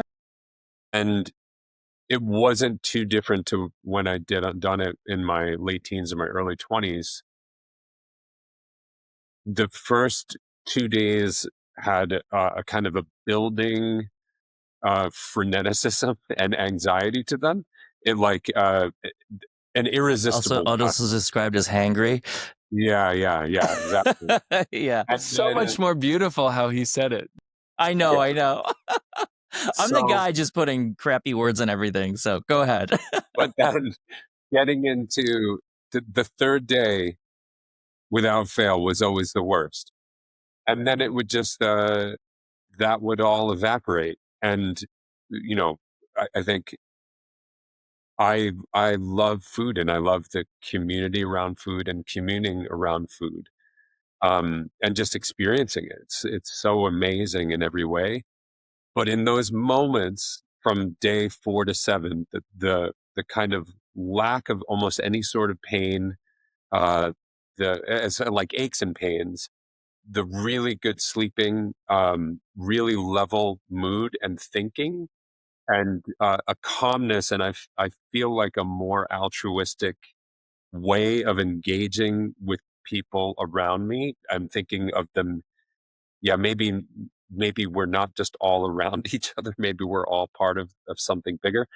I think the awareness of that, if I always say, like, if an angel, some theoretical angel just popped down from heaven and said, well, there is a way we could bestow upon you, whether it's, some alien altering us genetically, or an actual angel in the biblical sense. If they were to say, there's a way we can have you feel like this always, but you have to give up eating forever, I can say, and you guys know my love for food, it would be a very, very difficult decision not to take that deal because of how you feel. Oh my So, God. yeah. That's But so, How dare you? that's an insane question to think very about. different for everyone, I think, who experiences fasting. I don't know that everybody experiences it in the way Yeah. that I do. That's why I do it. I've gone 3 days and I can 3 days and I've done intermittent fasting. And I can relate to what you're saying completely. And the things I've read about fasting, the history is pretty amazing. It wasn't until, like, I don't know, sometime in the 1800s, I think, that it was pretty much widely believed that you couldn't go longer than something like 3 days. And then there was a physician who went something like, or said he was going to go 40 days. I forget the number. Remember, this was an article I read in Harper's like 20 years ago. And then it became a performance.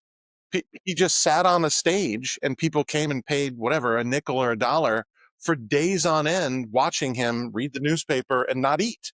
And I think he had water, of course, but it completely shattered what was considered the science about fasting at the time.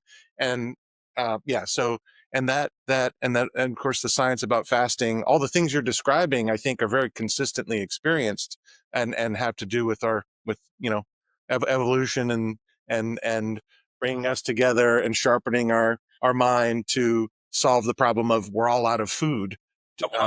Yeah. Wait, so seeing that guy is the inverse mukbang. I'm paying money to watch a person not eat. That's interesting. That's from the See, days. every story has a different. There's two sides to every story, right? I think it had to do with it cured him of something. Maybe I don't remember all the details. It's been a while. Inflammation, probably. Yeah. My sorry. Go ahead. No, go ahead, you, Charles. The thing that when you said inflammation, the thing that I thought of immediately when you said this question was the great variety of foods that are available to us, even outside of places like New York City, where there's, for a good long time, there's been a lot of diversity and a lot of different foods available.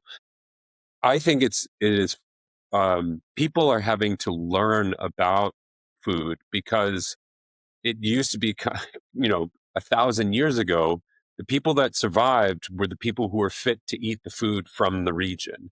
But now we have this ability to eat food that does well for us, and we can kind of do well in a region with foods from another region. And I think it allows people to kind of use food in a different way than maybe we had previously. It was like, well, you eat what you eat, and if you make it, great, and if not, you'll be eliminated from the the useful genome. We've literally common occurrence at that time. Yes. But we've literally patched over that, right? Because like gluten, there's the allergies, dietary restrictions are kind of that's a gospel now too, right? So that's interesting. I'm not saying people that can't digest gluten should be out of the evolutionary thing like you're implying, but you know what I mean, Ethan?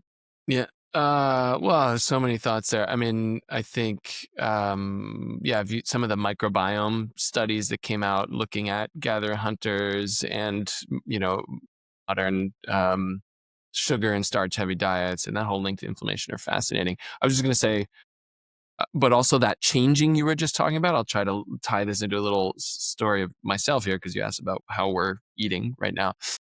I did not drink alcohol for like 13 years. Just didn't drink it for various reasons. I started drinking alcohol again a couple years ago as my life changed significantly. It's been lovely, but also my body couldn't process it, and I got gout for a little bit. Which is terribly painful and not something I recommend anybody try. But I think it's partly that my microbiome had sort of forgotten how to process even the bits of alcohol I was doing. So as I've been, and so then my diet as I'm eating now is partially in response to this. I'm intermittent fasting. So I basically eat lunch and dinner each day. Don't eat breakfast. Don't really feel a need to. Right around now, I start getting hungry. So intermittent fasting, and then mostly I'm eating essentially what would be keto vegetarian, so very low inflammation, no starches, no grains, and then the vegetarian for the gout. I was working on that, so figured out how to do a lot with dairy and with eggs and with other, non-animal proteins that aren't high. I built a whole little database on the most up-to-date science I could find on purines and the different types of purines. If anybody wants that, it's a big Google spreadsheet, happy to share. And so it's essentially an anti-inflammation diet, but with a cheat day or 2 or 3 or 4 per week, depending on the week, to get the deliciousness and the new flavors and whatever's put in front of me. Right, the Dalai Lama would say, I eat the food that is put in front of me. Is not a hardcore militant vegetarian or vegan. So I also farm and grow food on my farm and get to eat, lamb and other food directly from my farm. And the beef that I eat is from my mother-in-law. Her sweetheart has a 8th generation grass-fed beef farm. Man, that's pretty much what the diet is. But I'll tie it back to, and it feels great, by the way. Very good antidote against 40-year-old dad bod for sure. I think the larger thing that's pushing and helping to answer the LLM's question, it's not even Mike's question, that's weird.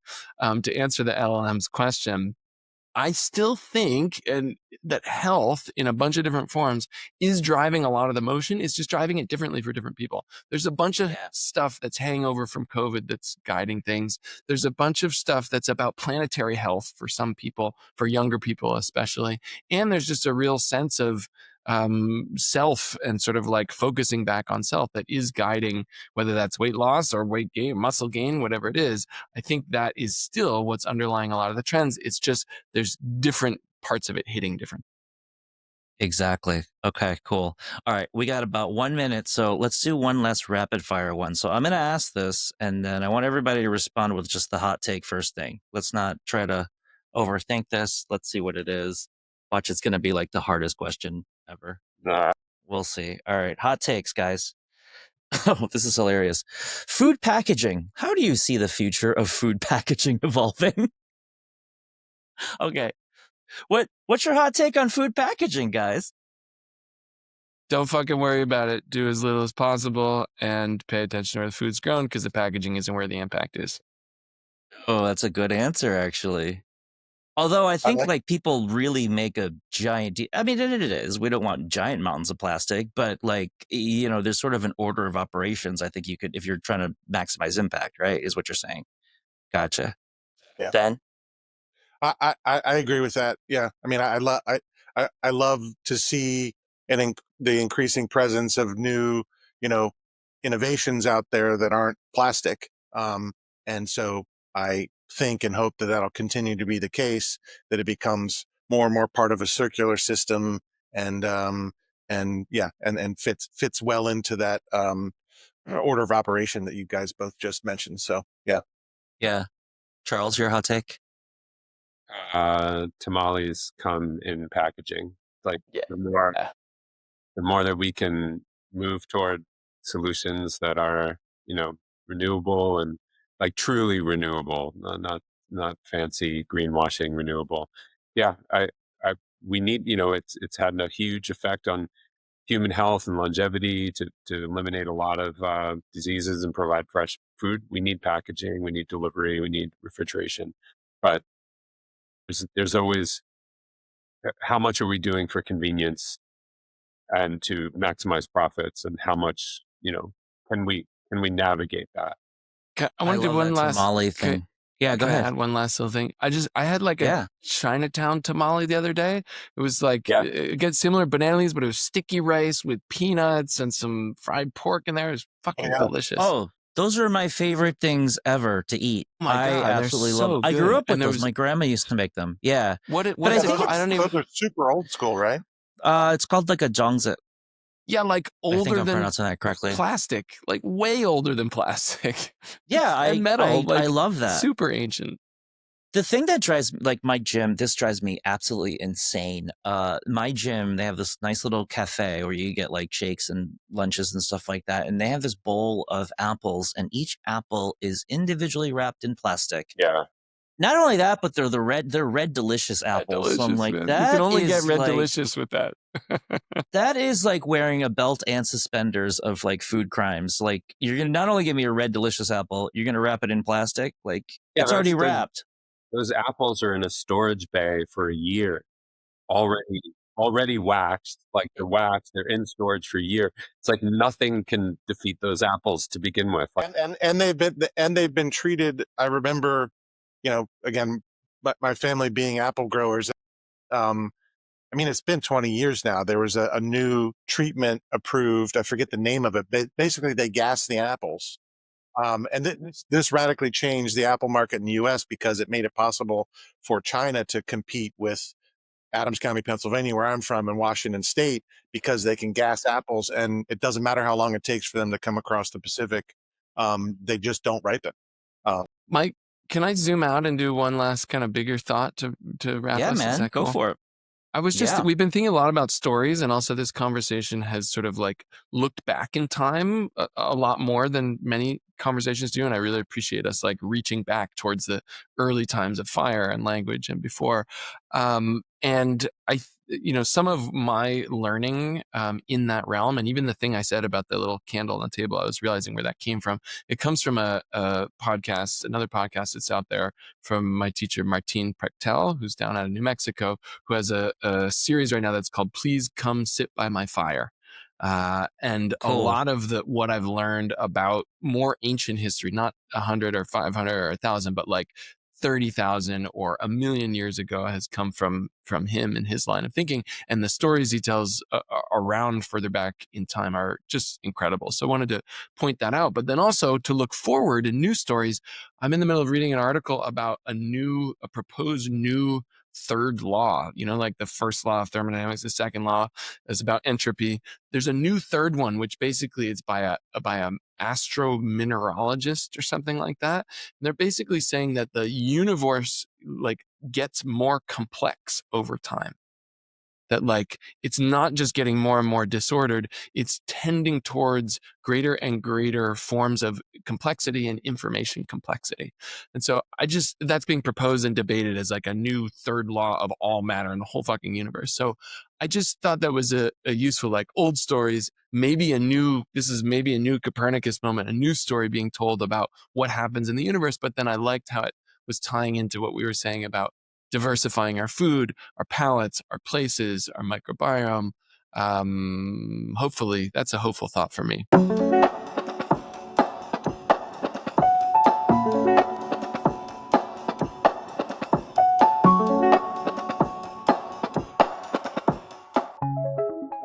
Okay, we are here with round 3. We have Ali Bouzari, co-founder, chief science officer of Pilot R&D, and we have Nicki Briggs here, principal at Here There Consulting. How are you all? Hi. Great. Well, without further ado, let's bring up the Hotel Pan of Destiny here, and let's go to our first question. So this is hot takes. Don't overthink this. You guys won't have trouble because you guys are super smart. So, all right, our first question here is changing climate. As climate change increasingly impacts agriculture, what surprising new ingredients or food sources do you anticipate becoming commonplace? Second choices. Oh, like what? Like I just think chicory like, versus coffee beans kind of thing? no, like strawberries instead of raspberries, or buckwheat instead of oats, or cinnamon instead of vanilla. I think that's a theme that we've already seen happening now, is when there's fires and crazy stuff happening in the Pacific Northwest and the commercial raspberry crop is in trouble. A lot of stuff in the volume food world starts shifting towards strawberries for a little bit. Mm-hmm. When oat flour spikes in cost because of problems with Canada's oat crop, if we're making a gluten-free pretzel, We'll look at buckwheat flour instead of oat.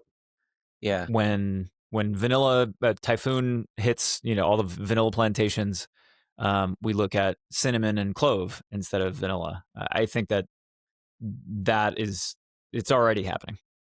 So you're saying like there's enough like adjacent swaps that we've already had to weather the storm that we can just easily slide in strawberries versus raspberries in most cases. I don't know about easily. Like I don't know anybody's stoked that their vanilla ice cream is now Snickerdoodle. But yeah. I mean, it can be good, but I think that's it's one of the lowest hanging fruit solutions. Yeah, and I think what Allie's referencing, which I totally agree with, is also looking at a change in consumer behavior, right? Where you're maybe not always going to get blueberries in December in your grocery store for a little bit, right? Like you're going to have to get used to other options. I mean, if we're answering in 2-word themes, mine would be overlooked and ubiquitous, right? So I think these things that are everywhere, like sea greens, algae, think insect protein, although I think that thing has stagnated a little bit, indigenous flowers, right? So these trying to make lipids with carbon, thinking about producing proteins with light, right? Really common sources that we've just never been forced to tap before that all of a sudden are going to be much more appealing from a cost and supply perspective. But even some of those overlooked things might be overlooked by a certain region, but definitely not by another. Like I look at like cassava. Like cassava root in Africa is huge, right? But like almost, I don't think I've ever seen it really in America outside of like an African themed restaurant in America in a meaningful way. Like I don't know. Like you see a lot because you hunt for ingredients professionally. But it's in everything. Cassava and tapioca. They are the same thing. When you refine cassava to extract the starch, it becomes known as tapioca. So cassava. Yeah. I mean, I mean, like culturally center. Like there's cultures in Africa where like cassava is like culturally the center of the plate. Totally. Versus that doesn't happen as much in America per se. Fully agree. But just to say it, cassava is the patron saint of the millennial gluten-free obsession. Like, because it's there. It's behind the scenes. It's in everything. It's the tapioca thing that's like the gluten-free, starchy gelling thing. Mm-hmm. That's a good marketing campaign for, I don't know, Nikki, what do you think about that? Should we run with that for Big Cassava as a tagline? And there's also a lot of symbiotic benefits in terms of like prebiotic fiber within cassava if you had probiotics. So I think especially with the rise of GLP-1s and digestive health, you're going to just see it in more and more places. Have you guys heard people talking about how like climate change could significantly change weather in like, I'm talking like 50, 60 years to the point where like certain wine regions may or may not exist anymore. And like maybe like, Norway is going to be growing Cabernet in 100 years or something like that. I don't know. Like, have you guys heard murmurs of that, or what do you make of that idea? I think it's already happened. I think we currently have wine growing regions in the United States that were not popping in the way that they needed to be 50 years ago. Like, I don't think we should be talking about like Oregon wine the way that we are. We shouldn't be talking about Missouri wine the way that we are. Like, there are parts of Idaho that I think are going to be Mediterranean. There was a blurb that came out a while ago about like Idaho as the new appellation that people are going to be excited about. So I totally buy it, and I think it's already starting. Agree. And I mean, I think, if you are a member of any wine clubs, especially in California, like you're just going to expect that some of your shipments taste like full smoke, right? With forest fire season, right? Like there's such variability and lack of control with growing there now. I mean, I think I agree with Allie. Like it's already starting to shift into other places. You can actually taste the smoke. I've not the wine drinker I used to be. Oh my Lord, really? You can already taste like wildfire smoke in some vintages? Mm-hmm. It's cool for half a glass, and then you're like, okay, I get what we're doing here, right? You lose a lot of the nuance and terroir. I didn't order a scotch. Yeah, there's acres and acres of grapes that have not gotten harvested every year that there's been a wildfire. There's been tons and tons of grapes that can't even. That's crazy. Do it. Yeah. I think wine's so cool because it's like a time capsule of what was going on climatology in the world, right? It's totally. I mean, that's part of the appeal, right? Okay. All right. Second question here. Human versus tech, the everlasting debate in this podcast. In the grocery store of 2035, what's the ideal balance between human interaction and automation? What do you guys think? I would just like to say that Mike and I first worked together at Chobani, but then we jumped into Future Market, creating a grocery store of 2050. So 2035 seems like real near term, Mike, like coming right up. Yeah, especially how things seemed like they accelerated innovation-wise, like since pandemic or during pandemic, right? Like e-commerce was supposed to be this giant thing that's going to take 15 years to do, and it turns out it took like a year. I mean, accelerated, but also decelerated in significant ways, just in terms of brand access to shelf, especially for smaller brands, innovative ingredients, right? Because during the pandemic, so much of shelf spaces automatically went to large leadership category owners in commodity products. And I still think early stage brands are facing the consequences of that. Mm-hmm. Are you guys skeptical of anything related to automation? Like, do you guys hear things that are you kind of like, that's just a myth, or that's like a pipe dream with regards to like grocery and food, um, like fully autonomous grocery stores and things like that? I mean, I am. I'm not skeptical. I think it will absolutely happen. However, if you talk to someone who goes to the grocery store and enjoys the tactical feel of grocery shopping, the control, squeezing their tomato and putting it in their cart, I think there's always going to be a balance, right? Even if it is a niche thing where there's a grocery store where you get to walk into, but it's not the norm, you just do that once in a while.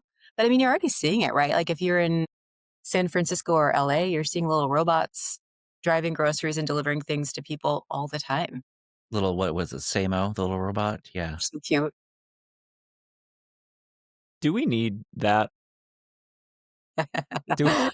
Do we need fully autonomous grocery stores? Like, is that the pain point in our current lives that needs to be disrupted? Is like 18-year-olds restocking beans? Yeah. Like, I think it's fine. I don't like. I don't. I'm not going to mourn the loss of the analog grocery store experience, because for me it's always been like it's an errand, it's a utilitarian thing. I never grew up in like a small community where I knew the shopkeep and that whole thing. But I don't know. Anything technology intersecting with food, it has to pass the smell test if it has to make something better. Yeah. Efficiency does not always mean better to me. I think it needs to make something better. And especially with food. I don't see the clear line there. Yeah. I always thought it was hilarious, like the idea of like meal kit delivery, where you'd use all of this high tech infrastructure and overnight delivery to get you a meal pre-prepared so fast that you can slow down and cook it. Which is so funny to me, right? It's like, I just want the parts of the process I don't like to be automated by robots, and then let me saute this chicken breast myself. Yeah. I mean, when online grocery store shopping started, I thought that was so ridiculous and it would never take off. But look at the share of market that's captured, right? So it seems inevitable that more automation is going to come to play. And then I think the challenge is going to be, how do you create other career and learning opportunities as these sort of entry level jobs, like 18-year-olds stacking beans on a shelf, start to get taken up by automation? But I think the 18-year-old stacking beans on the shelves, that might, if a robot can do that, that might be giving way to 18-year-olds manning the Instacart. Because like, I don't know, like every time I go to my Whole Foods, it feels like half the people in there are shoppers fulfilling digital apps, like digital app orders, like that's just the new thing. I think that's like the new stock person, I guess. Right. And yeah, you're right. I don't think that does not need to be automated. In fact, like until someone can kind of like really have senses to pick the right pineapple, like I don't until a robot can do that, like I just, it ends up causing more problems than it creates. Okay. All right. So yeah, all right, that checks out here. All right, revitalize traditions. What is one aspect of traditional food system, like local markets or home cooking, do you believe needs to be revitalized in the future? This dovetails nicely on what we were just talking about, e.g., local markets or home cooking. When I came of age, my dad took me to the grocery store to show me how to pick out fruit. And I think that there is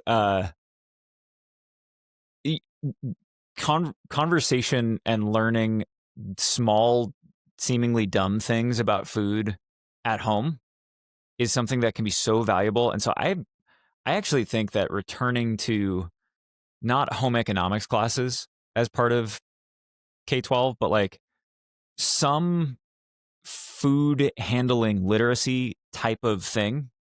Like, I don't know. Do we really need to know that XYZ is a gateway drug anymore? Like, I think we can Google like drug safety literacy. That's a very hot take, but like I think a very base level. This is what cilantro looks like. This is how you peel an onion. Just very simple food orientation. I would say is like the cultural thing I want to preserve. But I do think we should go back to home ec, honestly. Like, I had home ec when I was 11, and, it was like, oh my God, I can use a stove and make a pancake. Like, that's huge. And honestly, I think now is like would be a great time in this current foodie obsession, for lack of a better term. Like, what better class could there be right now to teach kids how to actually like cook, right? Like, cooking is cool and sexy again, Mm-hmm. Mm-hmm. I want people to be able to use this automation, right? This extra time they're saving, whether it's a meal kit, somebody delivering your groceries, to like ruthlessly pursue joy and connection, right? Like, so using that time to have a meal with somebody, like really sitting at a table, drinking your smoky wine, whatever you're doing, right? And like just taking the time to sit and talk to somebody. I think that is something that has gotten so lost. That if we could bring, right? Meaningful, right? And at the time, you can talk about how you picked the tomatoes, how you selected the fruit, how the meal was made. Some of these things Allie are saying. And I want to see more of that. Well, for that too, I read some like study. I don't want to even cite it because I don't even know if it was how accurate it was. But the thesis of this person kind of said like, oh yeah, the internet's been great. It makes us all productive and connect us, yada yada yada, and that's a benefit for sure. But then people forget to discount the minus that it also created of people just blowing out 3 hours watching cat videos in a day, right? Like, Yeah. I think that's like the biggest question. Everyone keeps on saying like, well, if we automate this and that, we can do more human-centric things. It's a big if in there. Like, are people going to want to do that, or are they just going to keep playing on their avatar games or something like that? I don't know. Yeah, that would be dismal, I think. Yeah. All right. Well, I hope that goes. Oh, this is hilarious. You guys are going to love this. This might be trigger warning. The next superfood. What will the superfoods of the future look like, and where will they come from? No. Go. No, Mike. No. No robot. No robot. My hot take is that there has never been a superfood, and there will never be one. Food is just food. Most food is mostly water. If you want super anything, eat a balanced meal your whole life, or procrastinate and take pharmaceuticals. Like, those are the two. Yeah. There is no... Nikki, registered dietitian, chiming in. Just like, nodding and sending a hug to Allie. I totally agree.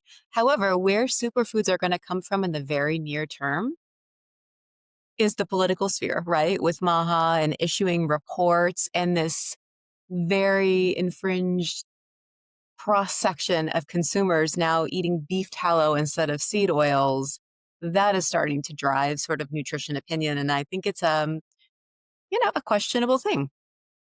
That's interesting that, like, pairing those two statements, Allie's saying that most food is all water, there's no such thing as superfood, but then Nikki astutely pointing out that, like, maybe the source of superfoods is just culture and politics. And marketing. Yeah, absolutely. It's like knighting a food. Like, why are you a knight? Well, because someone declared I was a knight.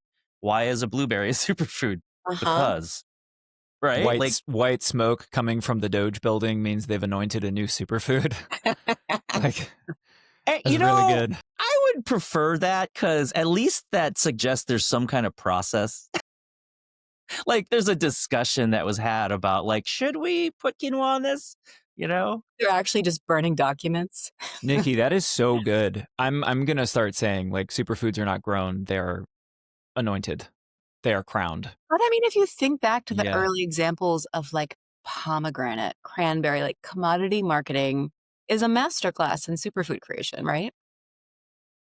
Totally. Well, I I mean, for me, it's always been just ridiculous. I did a study in college, a couple of papers looking at nutrient quantity in fresh and frozen fruits and vegetables.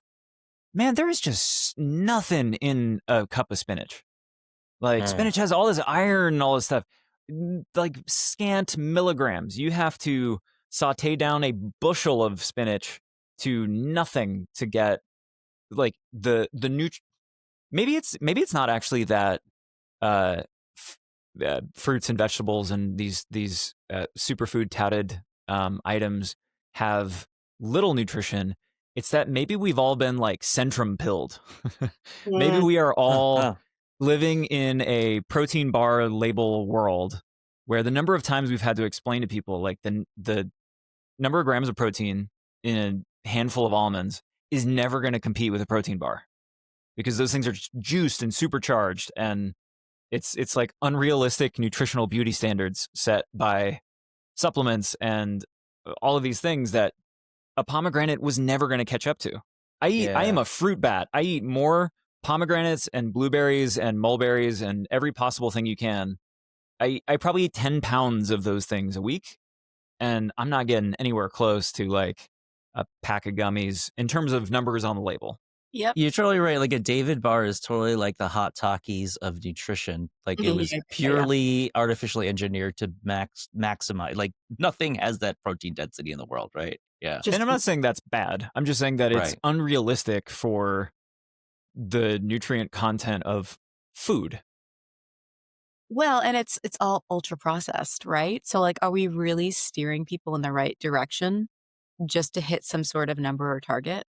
I'll say as I've gotten older, what I've really come to enjoy is chewing my food.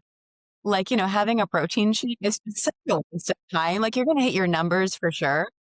But there is something about like eggs on toast that is just a great joy, I never thought such a basic statement would actually sound so profound. It's like, that's how far we've come. It's like, wait, what? Like, are you taking notes? Nikki likes to chew her food? What? I tried chewing. I would like to talk about ultra processed at some point. So if we could touch it on now. doesn't provide it, go off. I'm worried that ultra processed is another word that's going to be as meaningless as superfood. I completely agree. If we don't codify it, and I don't think honestly we're ever going to codify it in the way that it needs to be defined for the average consumer to understand it, because the problem is it's so variable. Like,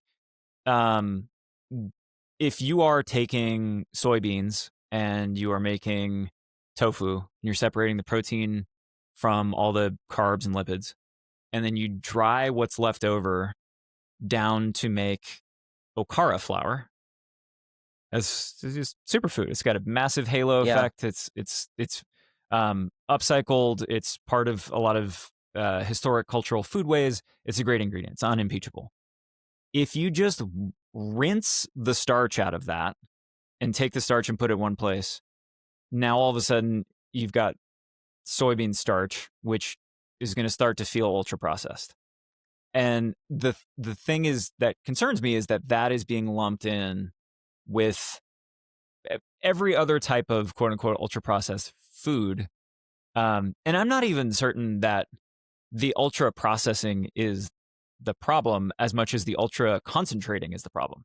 Like, I don't think that the substance becomes any more dangerous. I just think that when you can sweeten something with 40 grams of sugar and not change its color or its texture, that's problematic, not because I think that those individual molecules of sugar are more insidious than they would have been in the sugar cane. I just think that they've been streamlined and you're able to pack higher caliber nutritional intensity into a single bite, so it's easier to consume it without paying attention. I don't actually think that like food becomes poison when you refine it. I agree. And I hate how the conversation is devolved so quickly because like if you go on LinkedIn and like try to put a post up defending ultra processed foods in Oh, a nuanced way, like you say, it's impossible for people not to bucket you into like, oh, are you in the dollar of big food? Are you in big food's pocket? Like blah blah blah, you know. And then on the other side, the arguments are not much better either. The people defending ultra processed foods, they oversimplify it and they say, did you know that bread is processed food? So like that's the dumbest argument I've ever said. Like, so look, you should support processed foods because it brought you bread. Like, Mhm. oh, come on. That's not the spirit of the argument. Totally.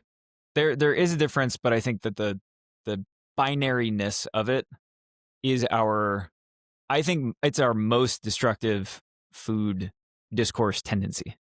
However, if you are that person that is eating 2 David bars a day, right, and just seeking out hitting numbers, I think there's a real downside with ultra processed foods, right? Because the problem is there's no other nutrition in there to round out those numbers. And I think like kind of everything with regulation and labeling, it is sort of the nuance in there that is getting lost, where if we could have a definition of ultra processed and what to look for, I think there could be some benefits, right? And I would love if consumers started to understand the difference between processed and ultra processed. Because did I hate that conversation of like, oh, I don't eat processed foods. And it's like, well, a banana's processed, right? Like every Yeah. food's processed. Yeah. What is that gray area between those two bookends? And how do we help the consumer just feel a little bit more confident and round out their diet within there? Well, this comes back to the whole idea. Like, this is the case where I think we should have home economics with a food science and nutrition component in there. It's like, it's so fun. I always see these memes that say like, oh, another day, not using the Pythagorean theorem, but I don't know how to do my taxes because that's what high school taught me, right? Like, Yeah. I think of the ultra processed thing, ironic. I think like for me, maybe the best definition of it is actually the hardest to capture, which is I think intent means a lot. Dose and intent, right? Two protein. Yeah. Okay. If you eat 1 David bar a day and you're having a really balanced meal, it's probably not going to hurt you. If you're eating all of your nutrition of David bars, that's a problem, but that's not the David bar's fault. That's your fault. That's you just eating too much of this stuff. But I also think I think a lot about like, Allie, we talked about this in our episode, the early molecular gastronomy, like Rise, like Wiley Dufresne at WD50 in 2005, adding like 0.01% xanthan gum to a sauce to thicken it is not the same intent as completely like stripping out all the nutrition from some starch or something like that and turning it into just nutritionally void Fritos or something else like that, right? Like, but if you're being rigid about this ultra processed definition, people would say it was xanthan gum. That's ultra processed, but it's like there's so little of it in the thing. And honestly, maybe the intent of the chef was to say, I'm going to add a drop of this so I don't have to mount it with butter. And I'm actually saving you calories on making a thick sauce. I don't know. What do you think about that? 0.01% is pretty much the only dosage that anybody uses xanthan gum in any product, Yeah. restaurant or otherwise. Like that's just, it's fiber. It's prebiotic. Yeah. I don't actually know if it's prebiotic, but it will be marketed as such before the probably 2020s already are over. is. Food marketing. Yeah. But I think the only real advice and lasting advice in nutrition is the boring stuff people don't want to hear. So if we just sort of collect what has been said already, Allie's like beautiful statement around just eating lots of foods and diversity and picking the right ones most of the time, having a meal with people at a table, you really can't do that with a David bar. It's a pretty quick meal, right? So like Yeah. buying these things. That's one of those don't hate the player, hate the game things. Because I think the problem with that advice in the commercial world that we live in is nobody really became a billionaire on that advice. Nope. There's no money to be made. And that's kind of crazy, right? Okay. Well, all right. This is interesting. Oh, this is a very different one. Founders Challenge. What is the single biggest challenge the next generation of food founders will face? You guys are the perfect people to answer this because you guys been around so many food founders. What do you think the single biggest challenge the next generation of food founders will face? How to find the next superfood? Yeah. I mean, I think there's pros and cons to this question because I think the very immediate near term cons are the funding climate is just a mess, right? And you are being held to such high standards against return. There's no patience. A lot of the flashy metrics that investors were okay with before, they don't care about, right? Like they want to see your COGS, they want to see your revenue, they need a pathway to profitability, which in the food industry, especially right away, is almost an impossible ask. And then I think the other piece is sort of demands from consumers where they want you to give them certain metrics. It has to taste good. It has to be clean label. There's also product quality constraints, which is a good thing, right? But I think on the flip side for founders, because expectations are so high from both investors and consumers, if you can actually crack the code and deliver a really good product, and Allie's going to have some cool insights there. You're working with so many companies making new cool things. There's such an opportunity, right? Like we're still living in a sea of sameness where diversification, it's a marketing play. You have a different packaging shape.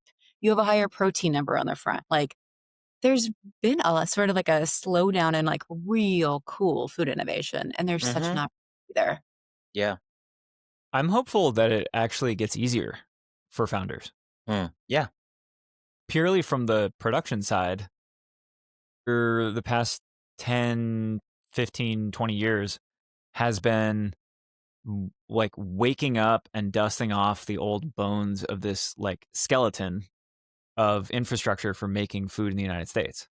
And most of my job is like explaining to the crotchety line operator that has been making saltine crackers for 30 years that like, oh yeah, now we're going to make it with some quinoa in it, or now we're going to put sriracha on the outside, like whatever little innovation we're doing.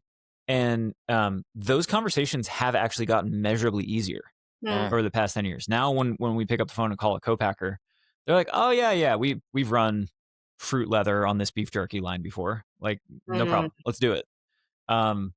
So while the business side of it has never been my area of expertise, the making the food side, there's at least indications that it's going to get a little bit less like pulling teeth and a little bit more.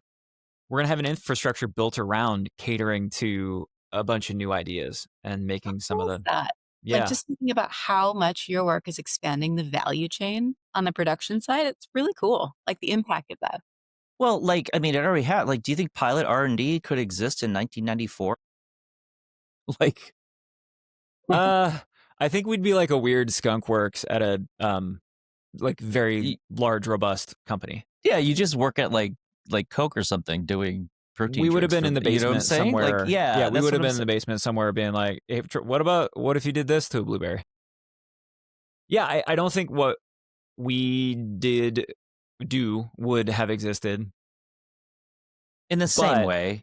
Yeah, I also don't think we have actually done anything. I think it's the 500 new brands that we talk to every year.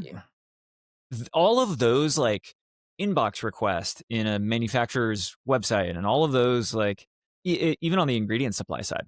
Yeah. When we first kicked off, it was like, man, it'd be great if we could find some small volume like fruit powders. Yeah. And now there are so many companies, like when we do a project where somebody wants to look at sour cherry powder for a beverage mix, we'll look at like 9 suppliers where before we would be lucky to find one. That's wild. Do you think that like this is plausible that this could go backwards? Like you keep looking at like Expo West and it just seem to be the numbers of founders getting tables grows just one direction.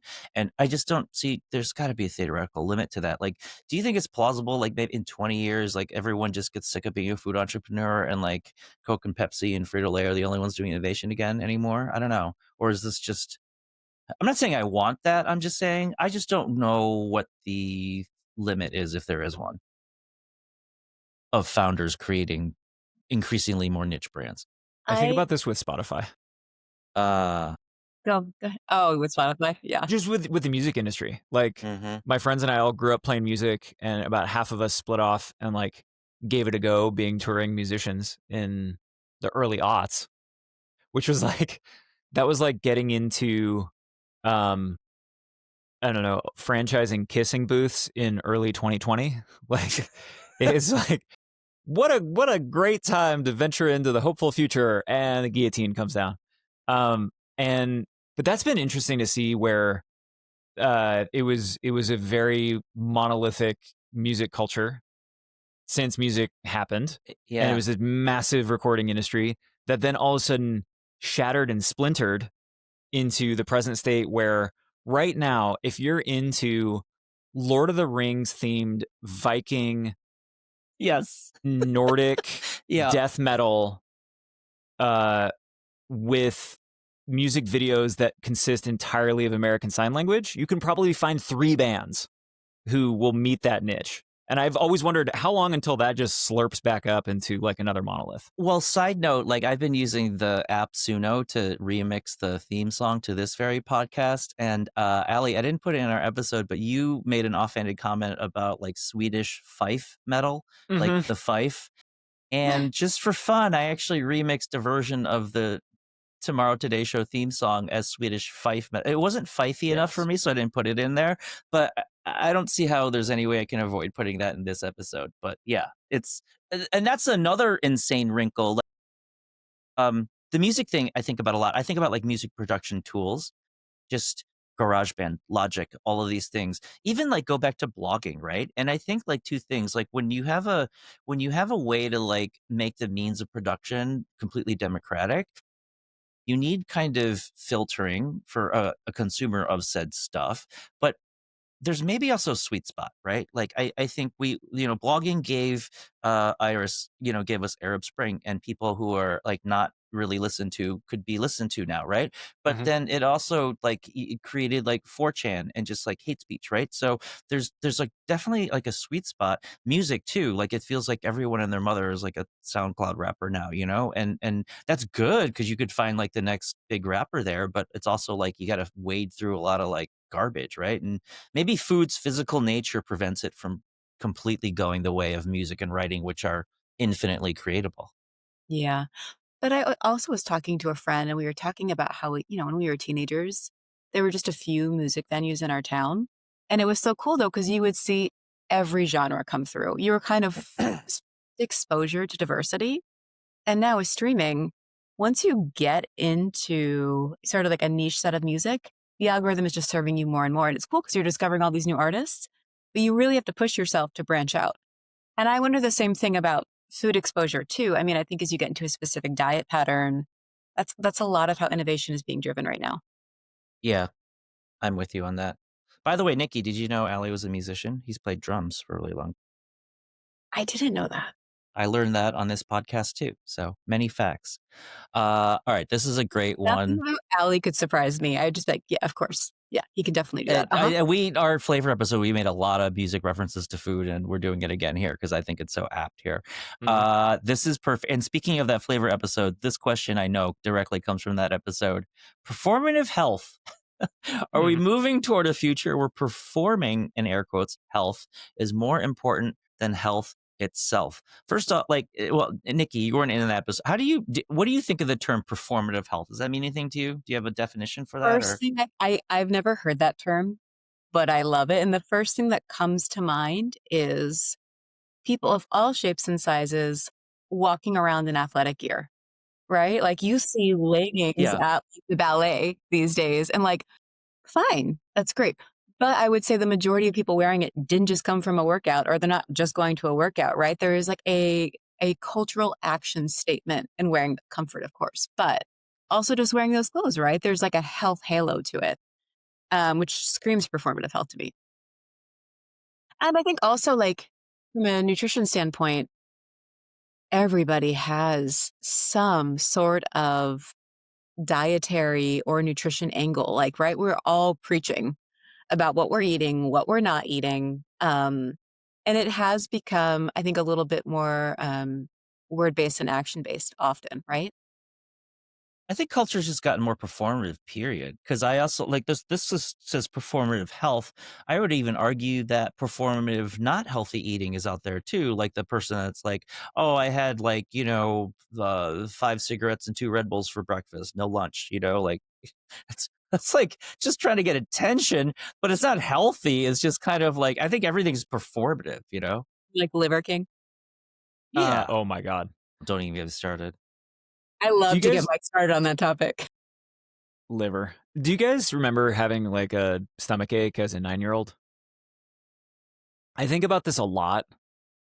I wonder if they're just, as anyone ages, if you are just trapped in a room with your own body for so many years that you're so hypersensitive to the little fluctuations in how you feel that would completely have flown under the radar when you were 10. Like, if you had a stomach ache, if you could remember having a stomach ache when you were 9 or 10, you must have been almost on death's door. Because you were just probably like running around feeling like bloated and crampy and acidic and all of these things. Just being like, I don't know, man, it's time for kickball. And now we're like, anybody who grows into adulthood, I think we're kind of trapped in a more quiet room with our own bodies, with more intimate familiarity with what things should feel like on a good day and what they might feel like on a bad day. And I think the trap with the performative health stuff is so much of it is attention and mindset. And so much of it can be influenced by placebo. Like when I'm traveling a long day, I'm absolutely 100% more likely to grab a green juice because I want to feel some semblance of like purification. I want like pine sol for my insides. Even though I don't think it's actually going to do anything, but it'll make me walk around with a little bit more of a spring in my step because it's like cosplay. I think we underplay myself. We underplay. Well, that's placebo, right? We underplay placebo. I think, like, I grew up in, Chinese American restaurant family. Grandparents, parents all had restaurants. Aunts and uncles, everyone. I saw through their eyes firsthand the old pushback and the kind of stereotype of the MSG syndrome thing. Like, that was literally like, no one cared about gluten back then. They were just like, is that MSG in there? Because if not, I'm going to be very upset with you. And it's since been, debunked. But like at the time, just putting that idea in someone's head, like, hey, listen, guys, if you eat Chinese food and you have any sort of headache, it's totally the MSG. It's like that person could have had a hangover or something like that, right? And so, yeah, I wonder about that too. And then I think there's some sort of thematic link there between that and like I'm not talking about celiac, but gluten sensitivities. Yeah. I'm not going to say people don't get I'm not going to say that eating too much pasta won't give someone a bellyache. I'm just saying that I don't think people report it as much before we introduced the idea of gluten sensitivity. Before, people were just like, I just have a tummy ache. But I mean, getting back to where we started, like, if culture loves a superfood, darn do we love a villain, right? And we are vilifying so many food ingredients. There is this black and white outlook to what's good and bad, and right, nothing works like that. It's just too binary of how we're looking at food. Yeah, I agree. And to talk out of both sides of my mouth, I've come a little bit full circle on it's okay to have some dumb placebos sometimes. Like, sweatpants don't actually make your aching muscles feel soothed, but sweatpants really are awesome.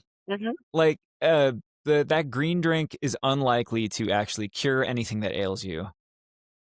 But who are we to like deprive people of a moment of pleasure or a moment of feeling like they triumphed and they did a little something better for themselves by avoiding the breadstick at the Italian restaurant because they're not doing gluten right now. Like, ultimately, there is nuance, I think, in this as well. There is a endpoint where this can be taken too far, and we talked a little about like orthorexia and all of these other problems with obsessing about cleanliness and purity.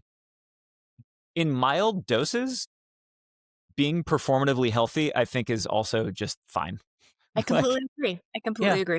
I think it's like a form of accountability as well too. Like, you want that dopamine hit of posting the Instagram photo of you completing your daily run.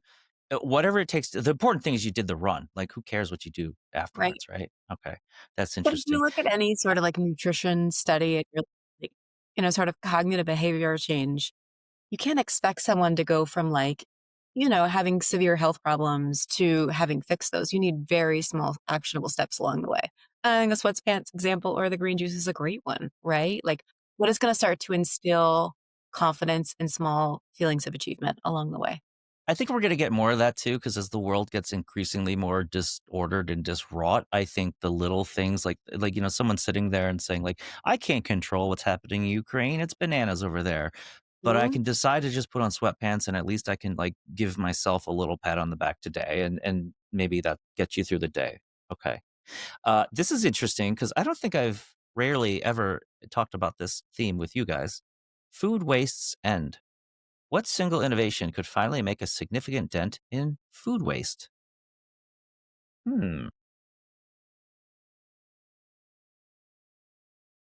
Crickets. Home economics. Dead serious. That's to recover your scraps and know what to do with the odds and ends? I think it was, well, just to not throw leftovers away because you're excited and capable of like dealing with them.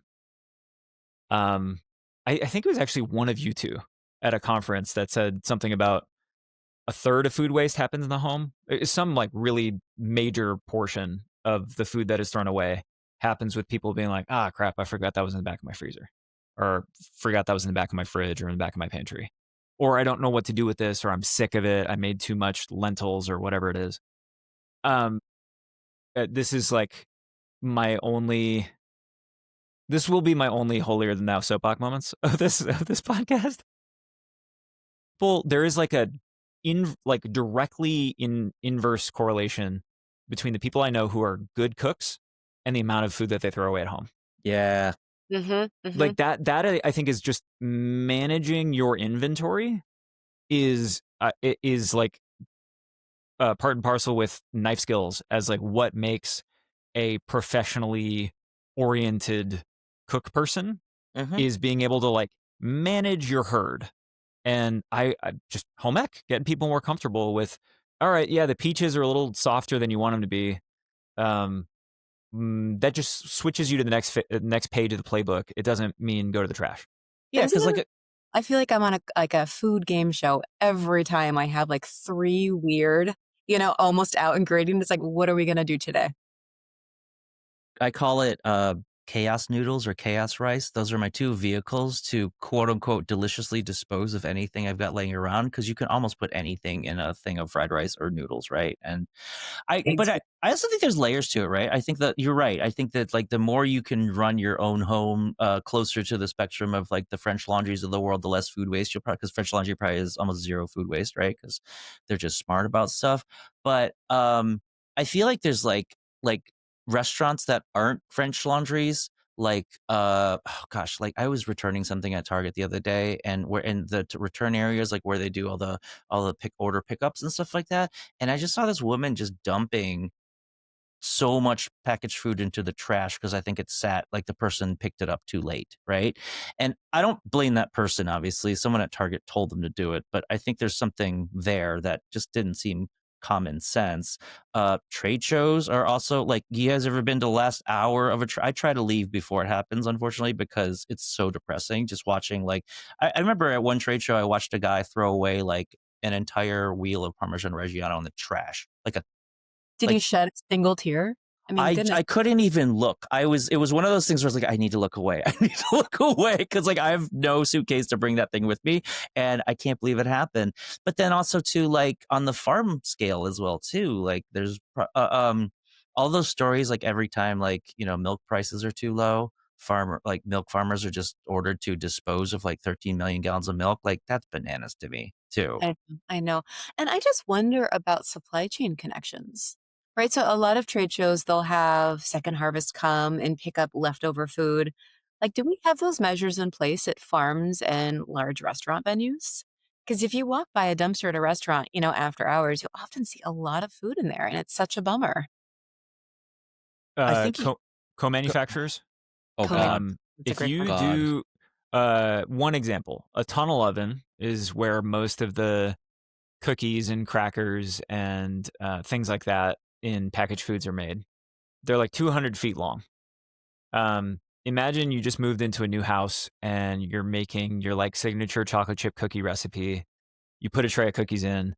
You're gonna have to like feel out the oven, see what it's about. You're probably gonna like underbake or overbake, or something's gonna come out weird in the first batch. It's 12 cookies. Imagine you're starting up a new food product for the first time. and you have to calibrate a 200-foot long oven, it's thousands of pounds of cookies. Yeah.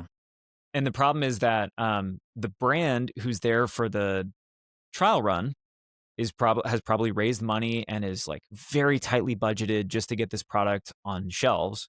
They've budgeted for some of the product from this trial to be sacrificed to the oven gods. Yeah. That's about it. Mm-hmm. They don't really have they're in business survival mode. They don't have the bandwidth to think about like, oh, maybe we could like do something with this or take this to somebody or somewhere.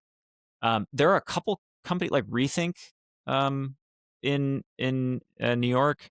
There's a couple companies that have cropped up to do this with like restaurants and things like that. But that would be so cool as just a well capitalized startup dedicated to just being the like net underneath the acrobats. Yeah. Like just there to catch all the stuff and distribute it and deal with the paperwork and all that. That would be really cool. I also, though, there is something to having like at the home level, no matter how good of a cook you are and how planful you are, there's always food waste. And I have 2 little kids, so we're just, living in food waste. Making people see it on a day-to-day and not just throwing it in the trash can has been so compelling. I was in Brooklyn, now I'm in Seattle, and both have municipal-driven compost programs. Like, on my counter, I see how much food we're wasting, and it has dramatically decreased food waste in our house, where I think people don't usually have that visibility. Yeah, I agree. Yeah, it's just out of sight, out of mind. I didn't waste anything. I don't see anything here. Yeah. Okay. All right. We're in our last few minutes here. And so we are going to enter the lightning round where it's hot takes only. Hot takes only. And we're going to try to chew through a bunch here. All right. First one, mental health diet. What is the future of food's role in supporting our mental and cognitive health? I think it's everything. I think food is so deeply ingrained in how you feel about yourself. I mean, I think there's actual chemical triggers to food and feelings, but I think even intrinsically, just emotionally, how food impacts you, I think it's a very real thing. I think that there's going to be a whole new wave of snack foods. The purpose of snack foods has always been to be fireworks. And I think that we are getting to a place where we're going to need new and different fireworks for every mood. And I'm excited for what that'll look like. Yeah, I agree. Yeah, you ever watch like a fireworks show from like the 80s? Boy, is that boring. But when you're in it at the 80s, it's pretty sweet, right? Yeah, okay, I get it. Flavor and identity. As the world globalizes, will food become more or less tied to our culture identity? Or not globalized? Who knows? More. I think whenever there has been like a standout firework flavor like sriracha, right? I think back to those days. It completely shapes people's identity and how they talk about themselves and food. And I think the more standout, niche, loud that gets, I think the more people will align with something. I think of it as like a cobblestone street. There will always be these little localized enclaves, the cobbles, but the cement that gets it all together. Like we're really heading towards just like food Esperanto, where everybody just understands what pandan is and they understand what tadig is and they understand what curry is in all of these different ways. And fusion, the term fusion seems so antiquated already. Yeah. Because it's just like, I don't know, man, everything has a little bit of gochugaru in it. And it does like, it's just it's food. And I think there will be always that as the interstitial. I've noticed that I always, like, when I go to the library to get books for my daughter, I always gravitate towards the food ones for obvious reasons. But I read a book to her last night about empanadas for everybody. And it's like the 6th or 7th book of the similar theme of the story of every culture has its own dumpling. Like there's another one about like one apartment building in, New York City where this little girl goes to all the apartments and they're all making pierogi or ravioli or this or that. And I don't know. I think that's interesting that like, I think our kids have the potential if they want to be, they could be way more insufferable foodies than we ever would imagine to be when they're older. What's going to happen? Definitely. Yeah. Here's a funny one. Virtual dining. Can a meaningful food experience ever happen entirely in a virtual world? Wow. Where did that come from? We never talked about that this season. Virtual dining. Is food being consumed? I'll leave that up for debate. For what do you think virtual dining even means? Like, I don't know. I am not into like AI tea party. If food is being consumed, sure. Like, absolutely. I think it's like mukbang videos are my definition of like virtual dining. Like, I'm lonely. I need to eat something with somebody. Okay, here's this YouTube video of somebody eating like 42 chicken wings with me, so I don't feel bad. TV dinner. Like, we've had it for a long time. That's true. That's Totally true. agree. Totally agree. All right, couple more. Dynamic pricing. Oh, this is really in the weeds. Will AI-driven dynamic pricing, like the airline industry, come to grocery stores or restaurants? People made some headlines about that. Dynamic pricing. It's wild. What do you think? But I mean, isn't it already having in like the most extreme ways? Like if we've looked at egg and beef prices and commodities that are going through some sort of recall or food illness, it's already happening. Yes, and I think that's like a supply demand thing. But I almost think when I think of dynamic pricing, I think of it as like, you know, the Bud Light in the stadium is $14 versus $2 in the grocery store, right? Mhm. They're just gonna get you, right? So it has happened. I think the thing that ruffles people's feathers is the idea that this is kind of happening too. Like if you go to a restaurant at 4 p.m., the meal's going to be 20% cheaper than if you go at 8 p.m. Like airline tickets. Oh. Well, let's give the people some options. I know, but for some reason, I always read about those in the comments. People just flame it, and I don't know. I guess Comment of any. You could read a butter chicken recipe, and someone will go out with a sword, right? Like people like to have opinions. Okay, fair, but I just think it's funny. You're right, because we have dynamic pricing in so many places of our life, like airline seats and concert tickets, literally.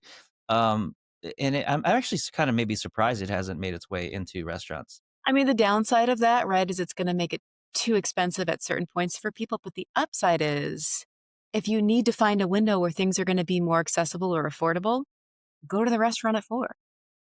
I once paid $13 for a 10-ounce bottle of Yoo-hoo at the Warped Tour in 2003.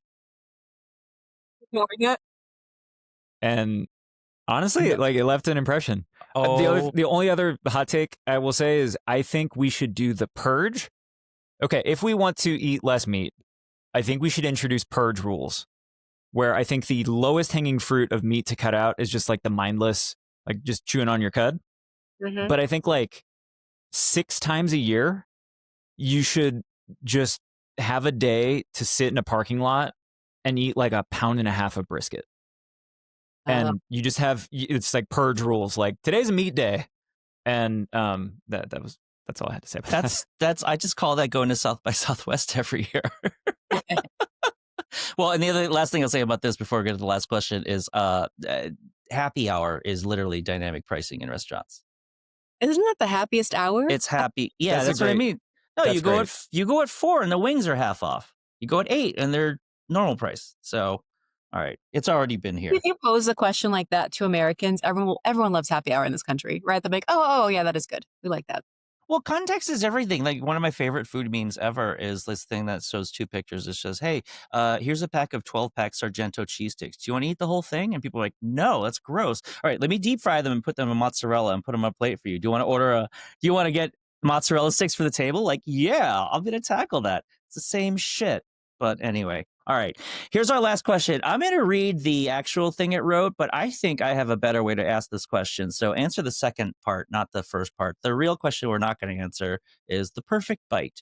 Can the perfect universally loved flavor ever be engineered? For people listening, Ali's nodding his head, shaking his head vociferously.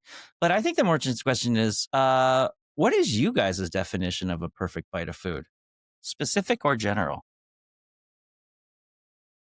This isn't my answer, but have you ever had a nacho cheese Dorito? I mean, they're pretty dang close. But I think for me, it is like it's a real texture thing. Like you need to balance with textures. I think if it's one note, it could never be the perfect bite. So you still need like a balance of flavors and salt and all those things. But if texture is not there, it just can't happen. Yeah.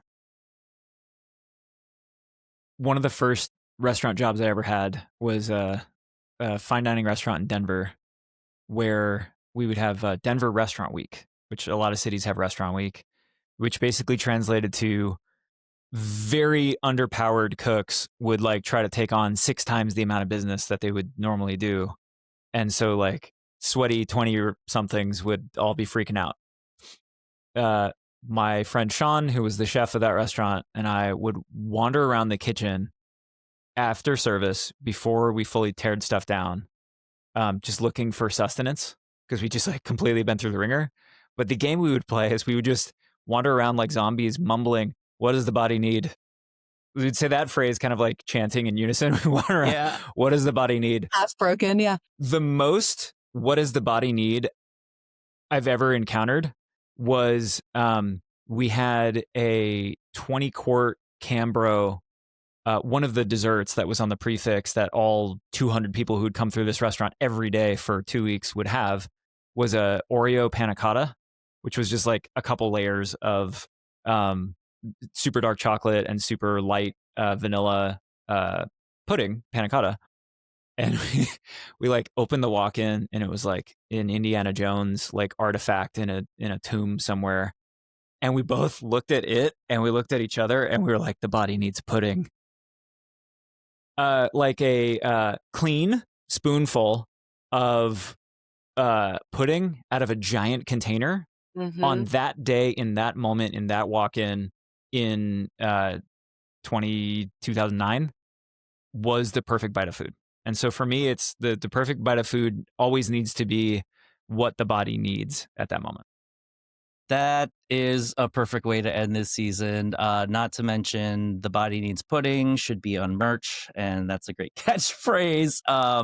Nikki, Allie, thank you so much for being such an amazing co-host this season and participating, and thanks for playing in this little game. Hope to see you guys again soon. Thanks, guys.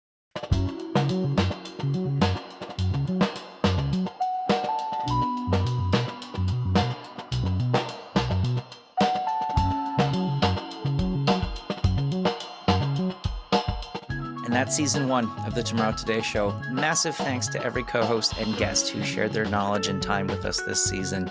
These are the people building tomorrow's food system right now, the scientists, entrepreneurs, analysts, and innovators, turning signals into reality.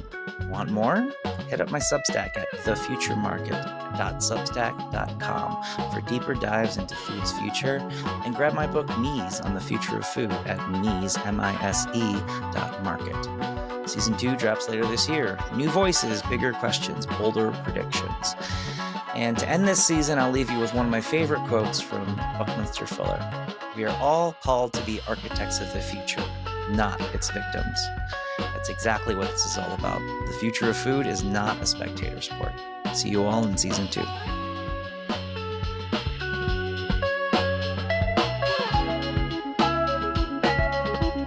Thanks for listening to this episode of The Tomorrow Today Show. The Tomorrow Today Show is a production of the Spoon Podcast Network, with writing, hosting, editing, and music by me, Mike Lee.